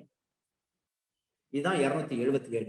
274 summon case, 274 summon case, 75 warrant case, 76 sessions case, 77 எவ்வாறு வந்து நம்ம ரெக்கார்ட் பண்றது, அந்த விட்னஸ் எப்படி ரெக்கார்ட் பண்றது, how to record the evidence. 78ல சொல்றாங்க, procedure in regard to such evidence when completed. ஒரு சாட்சியம் எடுக்கப்பட்டு முடிவடைந்ததும் அதை பொறுத்து என்ன நடைபெறும், சாட்சி எடுத்து முடிச்சுட்டாங்க, அப்புறம் என்ன செய்ய முடியும். 275 276 படி ஒரு சாட்சியம் எடுத்துட்டாங்கன்னு சொன்னா அது எடுத்து முடிவடைஞ்ச பிறகு எதிரி முன்னிலை ஆகியிருக்கிறார், ஆஜராயிருக்கிறார் கோர்ட்லானைக்கு, அவர் முன்னிலையில் அல்லது அவருக்காக வக்கீல் இருக்கிறாரு, அவர் வக்கீல் முன்னிலையில அந்த சாட்சிக்கு படித்து காட்டப்பட்டு அவசியமானால் திருத்தம் செய்யப்பட வேண்டும். அவர் கொடுத்த எவிடன்ஸ் எல்லாம் கரெக்டா இருக்கான்னு சொல்லிட்டு அவர்கிட்ட படிச்சு காட்டணும். படிச்சு காட்டி அதுல ஏதாவது தப்பு இருந்த பிழை இருந்தா அதை என்ன பண்ண ரெக்டிஃபை பண்ணணும். சப்செக்ஷன் 2ல சொல்றாங்க, அந்த சாட்சியத்தின் எந்த பகுதியாவது சரியா இல்லைன்னு சொன்னா அந்த சாட்சிக்கு படித்து காட்டுகின்ற பொழுது அவர் மறுக்கும் பட்சத்தில் நடுவரோ அல்லது தலைமை வைக்கிற யாரு, presiding officer of the court யாரு, அவரு அந்த சாட்சியத்தை திருத்துவதற்கு பதிலாக அதற்கு அந்த சாட்சி செய்யும் ஆட்சேபனையை அதன் மீது குறிப்பு எழுதலாம். அதோடு அவசியம் சொன்னா அதுல என்டாஸ்மெண்ட்டும் போகும். ஒரு விட்னஸ் வராரு, பாக்ஸ்ல ஏறி சொல்றாரு, முதல் விசாரணை குறு விசாரணை சொல்றாரு, சொல்லி முடிச்சிட்ட பிறகு என்ன பண்றாங்க, எழுதி கையெழுத்து போடுங்கன்னு சொல்றாங்க. அதுதான் என்ன பண்ண, படிச்சு பாருங்கன்னு சொல்றாங்க. கோர்ட் வந்து அவர் படிச்சு காட்டணும். சாட்சி சொல்றா, இல்ல நான் இப்படி சொல்லியே, இதுல வந்து தப்பா வந்து டைப் பண்ணிருக்கீங்க அப்படின்னு சொல்லி சாட்சி வந்து அப்ஜெக்ஷன் பண்றாருன்னு சொன்னா அப்ப ஜட்ஜி என்ன பண்ணும், அந்த அப்ஜெக்ஷன் வந்து எந்த இடமா அந்த தப்பு வந்து திருத்தி அது மேல எழுதலாம். அது மட்டும் இல்ல, எழுதின பிறகு அதுல என்டாஸ்மெண்ட் பண்ணணும். கீழே ஒரு சின்ன இனிஷியல் பண்ணுவாங்க. இதுதான் சப்செக்ஷன் 2. சப்செக்ஷன் 3ல சொல்றாங்க, அந்த சாட்சியம் பதிவு செய்யப்பட்ட மொழியானது அது கொடுக்கப்பட்ட மொழியிலிருந்து வேறுபட்டு இருக்கும் பட்சத்தில். அவர் வேற மொழியில வந்து சொல்லியிருக்கிறார், ஆனா இங்க வந்து அப்படியே டிரான்ஸ்லேட் பண்றப்ப கொஞ்சம் வித்தியாசப்படுது. அப்ப அந்த மொழி சாட்சிக்கு புரியலன்னு சொன்னா, ரெக்கார்ட் பண்ணப்பட்ட அந்த சாட்சியத்தை என்ன பண்ணும், அது கொடுக்கப்பட்டுள்ள மொழியிலேயே அவருக்கு புரிகிற ஒரு மொழியிலேயோ அதை டிரான்ஸ்லேட் பண்ணி சொல்லணும். சார் எனக்கு புரியலைங்க, நான் இப்படிதான் சொன்னேன், ஆனா நீங்க சொல்றது எனக்கு புரியலன்னு சொல்றாங்கன்னா, அவர் எந்த மொழி விரும்புறாரோ அந்த மொழியின்படி அவருக்கு டிரான்ஸ்லேட் பண்ணி படிச்சு காட்டணும் சாட்சிக்கு. அண்டர் செக்ஷன் 279 நிறைய கேஸ் லாஸ் இருக்கு சார், டைம் இல்ல, நான் பிறகு அந்த கேஸ் லாஸ் எல்லாம் சொல்றேன். ஏன்னா 279 சொல்றாங்க, எதிரிக்கு அல்லது அவரது வாதுரைஞருக்கு வக்கீலுக்கு மொழிபெயர்த்து சொல்லுதல். Interpretation of evidence to accused or his pleader. ஒரு சாட்சியமானது எதிரிக்கு புரியாத ஒரு மொழியில் கொடுக்கப்பட்டிருந்தால், அவர் நீதிமன்றத்தினுடைய நேர்முகமாக வந்திருக்கின்ற பொழுது, நீதிமன்றத்தில் நேரடியாக வந்திருக்கிறாரு, அவர் சாட்சி சொல்லி இருக்கிறாரு, அவருக்கு புரியல, டைப் பண்றாங்க, அவருக்கு புரியல, புரியாத இருக்கும் பட்சத்தில் அந்த நீதிமன்றத்தில் பகிரங்கமாக அவருக்கு புரியக்கூடிய மொழியில வந்து என்ன பண்ணு படிச்சு சொல்லணும், மொழிபெயர்த்து சொல்லணும். இதுதான் அண்டர் செக்ஷன் 279 சப்செக்ஷன் 1. ஒரு சாட்சி வந்து டெபோசிஷன் கொடுத்திருக்கிறாரு, அந்த டெபோசிஷன் படிச்சு காட்டுறாங்க, அவருக்கு புரியல, அப்ப என்ன பண்ண, அவருக்கு புரியுற எந்த மொழி அந்த மொழியில அவருக்கு வந்து படிச்சு காட்டணும் அர்த்தம், டிரான்ஸ்லேட் பண்ணி சொல்லுங்க. சப்செக்ஷன் 2, அவருக்காக வக்கீல் முன்னிலையாக இருக்கிறார், வக்கீல் வந்து ஆஜராக இருக்காரு, அப்ப அந்த சாட்சியமானது வழக்கறிஞருக்கு புரியாத ஒரு சூழ்நிலை இருக்கிறது, கோர்ட் லாங்குவேஜ்ல வந்து அதை வந்து ரெக்கார்ட் பண்ணல, வேற ஒரு மொழியில வந்து அது ரெக்கார்ட் பண்ணப்பட்டிருக்குது. அப்ப அந்த வக்கீலுக்கு புரியல, வக்கீலுக்கு புரியுற மாதிரி என்ன பண்ண, டிரான்ஸ்லேட் பண்ணி சொல்லணும். சப்செக்ஷன் 3, ஒரு டாக்குமெண்ட் வந்து பிளேஸ் பண்ணிருக்கிறாங்க, ப்ரொடியூஸ் பண்ணிருக்கிறாங்க, அப்ப அந்த டாக்குமெண்ட் வந்து தாக்கல் செய்யப்பட்டிருக்கின்ற பொழுது அதில் எந்த அளவுக்கு எந்த பகுதிகள் வந்து மொழிபெயர்ப்பது அவசியம் என்று நீதிமன்றம் கருதுகிறதோ, நீதிமன்றம் விரும்புகிறதோ, அதற்கு ஏற்ற மாதிரி என்ன பண்ணும், அதை டிரான்ஸ்லேட் பண்ணணும். அண்டர் செக்ஷன் 280 சாட்சியினுடைய நடை உடை பாவனை சார். அதே போல அக்யூஸ்டுடைய நடை உடை பாவனை மிக முக்கியம். ஜட்ஜி வந்து இதெல்லாம் பார்ப்பாங்க, ரொம்ப தெளிவா பார்ப்பாங்க, சாட்சி எப்படி நடந்துக்கிறார் இதெல்லாம் பார்ப்பாங்க. டெமனர் ஆஃப் விட்னஸ் என்று சொல்வார்கள். ரிமார்க்ஸ் ரெஸ்பெக்டிங் டெமனர் ஆஃப் விட்னஸ், சாட்சியின் நடை உடை பாவனை பற்றி குறிப்பிடுதல். ஒரு சாட்சி இருக்கிறாரு சொன்ன அண்டர் செக்ஷன் 218 படி அந்த கோர்ட் யாரு, who is the presiding officer of that court, அவர் வந்து he has to be watch the witnesses, watch the demeanor of witnesses. ஒரு சாட்சியினுடைய சாட்சியத்தை வந்து பதிவு செய்யறாங்க, ஒரு சாட்சி வந்துட்டாரு, அவர் என்னென்ன சொல்றாரு அதெல்லாம் டெபோசிஷன் எல்லாத்தையும் ரெக்கார்ட் பண்றாங்க. அந்த சாட்சியை விசாரணை செய்கின்ற பொழுது அவருடைய நடைமுறை பாவனை எப்படி இருந்தது என்பதை பொறுத்து நாம் முக்கியமாக நினைக்கும் பொழுது அதுல வந்து ஒரு என்டாஸ்மெண்ட்டும் எழுதலாம். ஒரு மேலுரை ஏதாவது எழுதணும்னு நினைச்சாருன்னா அந்த ஜட்ஜி எழுதலாம், இந்த சாட்சி இந்த கேஸ்ல வந்து இவர் சாட்சியம் அளிச்சாரு, அப்ப சாட்சியம் அளிக்கின்ற பொழுது இப்படியெல்லாம் அந்த கோர்ட்ல நடந்துக்கினாரு அப்படின்னு சொல்லிட்டு அதை நாம என்ன பண்ணலாம், அவருடைய டெமனரை எழுதலாம். ஆனாலும் சாட்சியா இருந்தாலும் அக்யூஸ்டா இருந்தாலும் கவுன்சில் என்ன பண்ணுவாங்க, தரவா சொல்லி கொடுப்பாங்க. கோர்ட்டு கரெக்டா என்ன தலை சீவிட்டு வாங்க, பவுடர் அடிச்சுட்டு வாங்க, நல்ல பேண்ட் ஷர்ட் போட்டு வாங்க, கையில கட்டிட்டு வராதிங்க, கோர்ட் உள்ள வந்தீங்கன்னா அழகா கை கட்டிட்டு தலை கீழே குனிஞ்சு பவ்யமா நிக்கணும். அது வந்து மனுஷனுக்கு பயப்படுறது இல்ல, நீதிக்கு தலை வணங்குறீங்க. நீங்க நடந்துக்கிறத பொறுத்துதான் ஜட்ஜி உங்க மேல நல்ல எண்ணம் வரும். நீங்க தாறுமாறா நடந்துக்கிறீங்க, ஜட்ஜி உங்களுக்கு தூக்கி உள்ள போட்டுருவாரு அப்படின்னு மிரட்டும். நம்ம வக்கீல் அட்வைஸ் பண்ணி உள்ள கூப்பிட்டு வரணும். அக்யூஸ்டுக்கு தெரியாது எப்படி கோர்ட்ல அவுட் அப்ரோச் கோர்ட் வந்து he doesn't know. சாட்சிக்கும் தெரியாது, நாம தான் சொல்லி கொடுக்கணும். சாட்சி கிட்ட வந்து இப்படி எல்லாம் நடந்துக்கணும், நீங்க அக்யூஸ்ட் கிட்ட இப்படி எல்லாம் நடந்துக்கணும், சூரிட்டி கிட்ட இப்படி எல்லாம் நடந்துக்கணும், நீங்க கோர்ட்டுக்குன்னு வரீங்கன்னா இவ்வளவு கண்ணியமா நடந்துக்கணும், நாம தான் சொல்லி கொடுக்கணும். அண்டர் செக்ஷன் 281 எதிரியை விசாரணை செய்வதை பதிவு செய்தல், record of examination of accused. Subsection 1 சொல்றேன், ஒரு மெட்ரோபாலிட்டன் மேஜிஸ்ட்ரேட் விசாரிக்கிறாரு. அந்த மெட்ரோபாலிட்டன் மேஜிஸ்ட்ரேட் வந்து ஒரு எதிரியை வந்து விசாரணை செய்கின்ற பொழுது அந்த எதிரி என்னென்ன சொல்றாரோ அந்த விசாரணை விசாரணை செய்வதனுடைய சாராம்சம் என்ன, சப்ஸ்டன்சஸ் ஆஃப் தி என்கொயரி, அதை பற்றி என்ன, அதை பற்றி ஒரு குறிப்பு எடுத்து அது எவ்வாறு இருக்க வேண்டும், இந்த ஃபார்ம் ஆஃப் கோர்ட் லாங்குவேஜ், நீதிமன்ற மொழியில் இருக்க வேண்டும், நீதிமன்ற மொழியின் வடிவத்தில் இருக்க வேண்டும். அந்த குறிப்பு அந்த நடுவரால் கையொப்பமிட்டு இருக்க வேண்டும். அதை என்ன பண்ணணும், இந்த அக்யூஸ விசாரிச்சேன்னு சொல்லிட்டு கோர்ட் லாங்குவேஜ்ல எழுதி இருக்கணும். அதுல ஜட்ஜி வந்து கையெழுத்து போட்டிருக்கணும். அந்த பேப்பரையும் கேஸ் பண்டல்ல சேர்த்துக்கணும். சப்செக்ஷன் 2ல சொல்றாங்க, அந்த எதிரி வந்து ஒரு மெட்ரோபாலிட்டன் மேஜிஸ்ட்ரேட் அல்லாத வேற ஒரு மேஜிஸ்ட்ரேட் வந்து விசாரிக்கிறாருன்னு சொன்னா, அல்லது ஒரு செஷன் ஜட்ஜி விசாரிக்கிறாருன்னு சொன்னா, அவ்வாறு விசாரிக்கின்ற பொழுதும் அவரிடம் கேட்கப்பட்ட ஒவ்வொரு கேள்விக்கும் அதற்கு அந்த அக்யூஸ்டால் தரப்பட்ட ஒவ்வொரு பதிலையும், ரெண்டுமே கேள்வி பதில், கேட்ட கேள்வி கோர்ட் கொஸ்டின் என்ன, ஜட்ஜி என்ன கேள்வி கேட்டாரு, அதுக்கு அக்யூஸ்ட் என்ன பதில் சொன்னாரு, இதை எல்லாவற்றையும் அந்த விசாரணை முழுவதும் யார் தலைமை வகிக்கிறாரோ அந்த நீதிபதி என்ன பண்ணுவாரு, அல்லது நடுவர் அவருடைய உடல் சம்பந்தமான அல்லது வேற இயலாமை போய்விட்டதன் காரணமாக இருக்கும் பட்சத்தில் அவரது மேற்பார்வையில், அவருடைய கண்காணிப்பில், இதற்கென்ன அரசால் நியமனம் செய்யப்பட்ட ஒரு நீதிமன்ற அலுவலர் மூலமாக முழுமையாக பதிவு செய்யணும். அப்படின்னா என்ன அர்த்தம், இந்த ஒரு லைனை பிடிச்சின்னு தான் எல்லா ஜட்ஜஸும் என்ன பண்றது, ஸ்டெனோ கூப்பிடுங்க டைப் பண்ணுங்கன்னு சொல்றது. மெட்ரோபாலிட்டன் மேஜிஸ்ட்ரேட் இல்ல, வேற கோர்ட்ல நடக்குது, ஜுடிஷியல் மேஜிஸ்ட்ரேட் கோர்ட்ல நடக்குது, அல்லது ஜேஎம்ல நடக்குது, அல்லது சிஜேஎம், ஏஎஸ்ஜே, ஏடிஜே, அல்லது டிஸ்ட்ரிக்ட் ஜட்ஜி கோர்ட்ல நடக்குது. எதிரிகிட்ட கேள்வி கேட்கிறாங்க, கேள்வி வடிவத்தில் இருக்கிறது, அதுக்கு அவர் பதில் சொன்னாரு, கேள்வி பதில் வடிவத்தில் அமைந்திருக்கிறது அந்த டெபோசிஷன், அந்த விசாரணை, அதை அப்படியே என்ன பண்ணும், பதிவு பண்ணிக்கணும். அவரால் வந்து கைப்பட எழுத முடியலன்னு சொன்னா கவர்மெண்டால அப்பாயிண்ட் பண்ணப்பட்ட ஸ்டெனோ டைபிஸ்ட் இருப்பாங்க, அவங்களை கூப்பிட்டு டைப் பண்ணுவாங்க. அப்ப இது யாருடைய மேற்பார்வையில, யாருடைய கண்காணிப்பில் இதெல்லாம் நடக்கணும்னு சொன்னா ஜட்ஜி சொல்லதான் அவங்க டைப் பண்ணணும். ஜட்ஜி தான் அதை கண்காணிப்பாங்க. ஜட்ஜினுடைய மேற்பார்வையில் தான் அதை டெபோசிஷன் என்ன பண்ணுவாங்க, அந்த கோர்ட் விசாரணை அக்யூஸ்ட் கிட்ட விசாரணை செய்வதை அப்படியே பதிவு செய்து கொள்வார்கள். சப்செக்ஷன் 3ல சொல்றாங்க, அந்த பதிவு எந்த அளவுக்கு முடியுமோ அந்த அளவுக்கு எதிரிக்கு என்ன பண்ணும், எதிரிக்கு எந்த மொழி தெரியுமோ அந்த மொழியில அவருக்கு படித்து காட்ட வேண்டும். அந்த மொழியில் தான் எதிரி வந்து விசாரிக்கணும். அப்ப எதிரி வந்து எந்த மொழியில விசாரிக்கணும், இப்ப எந்த மொழியில் எதிரி விசாரிக்கப்பட்டு இருக்கிறாரோ அந்த மொழியில் அவரது, அல்லது அந்த மொழியில விசாரிக்க முடியலன்னு சொன்னா நீதிமன்ற மொழியில விசாரிங்கன்னு சொல்றாங்க. எதிரி வந்து விசாரிக்கிறாங்க, எந்த மொழி பேசுறோம்னு சரி அந்த மொழியில விசாரிக்க முடியும்.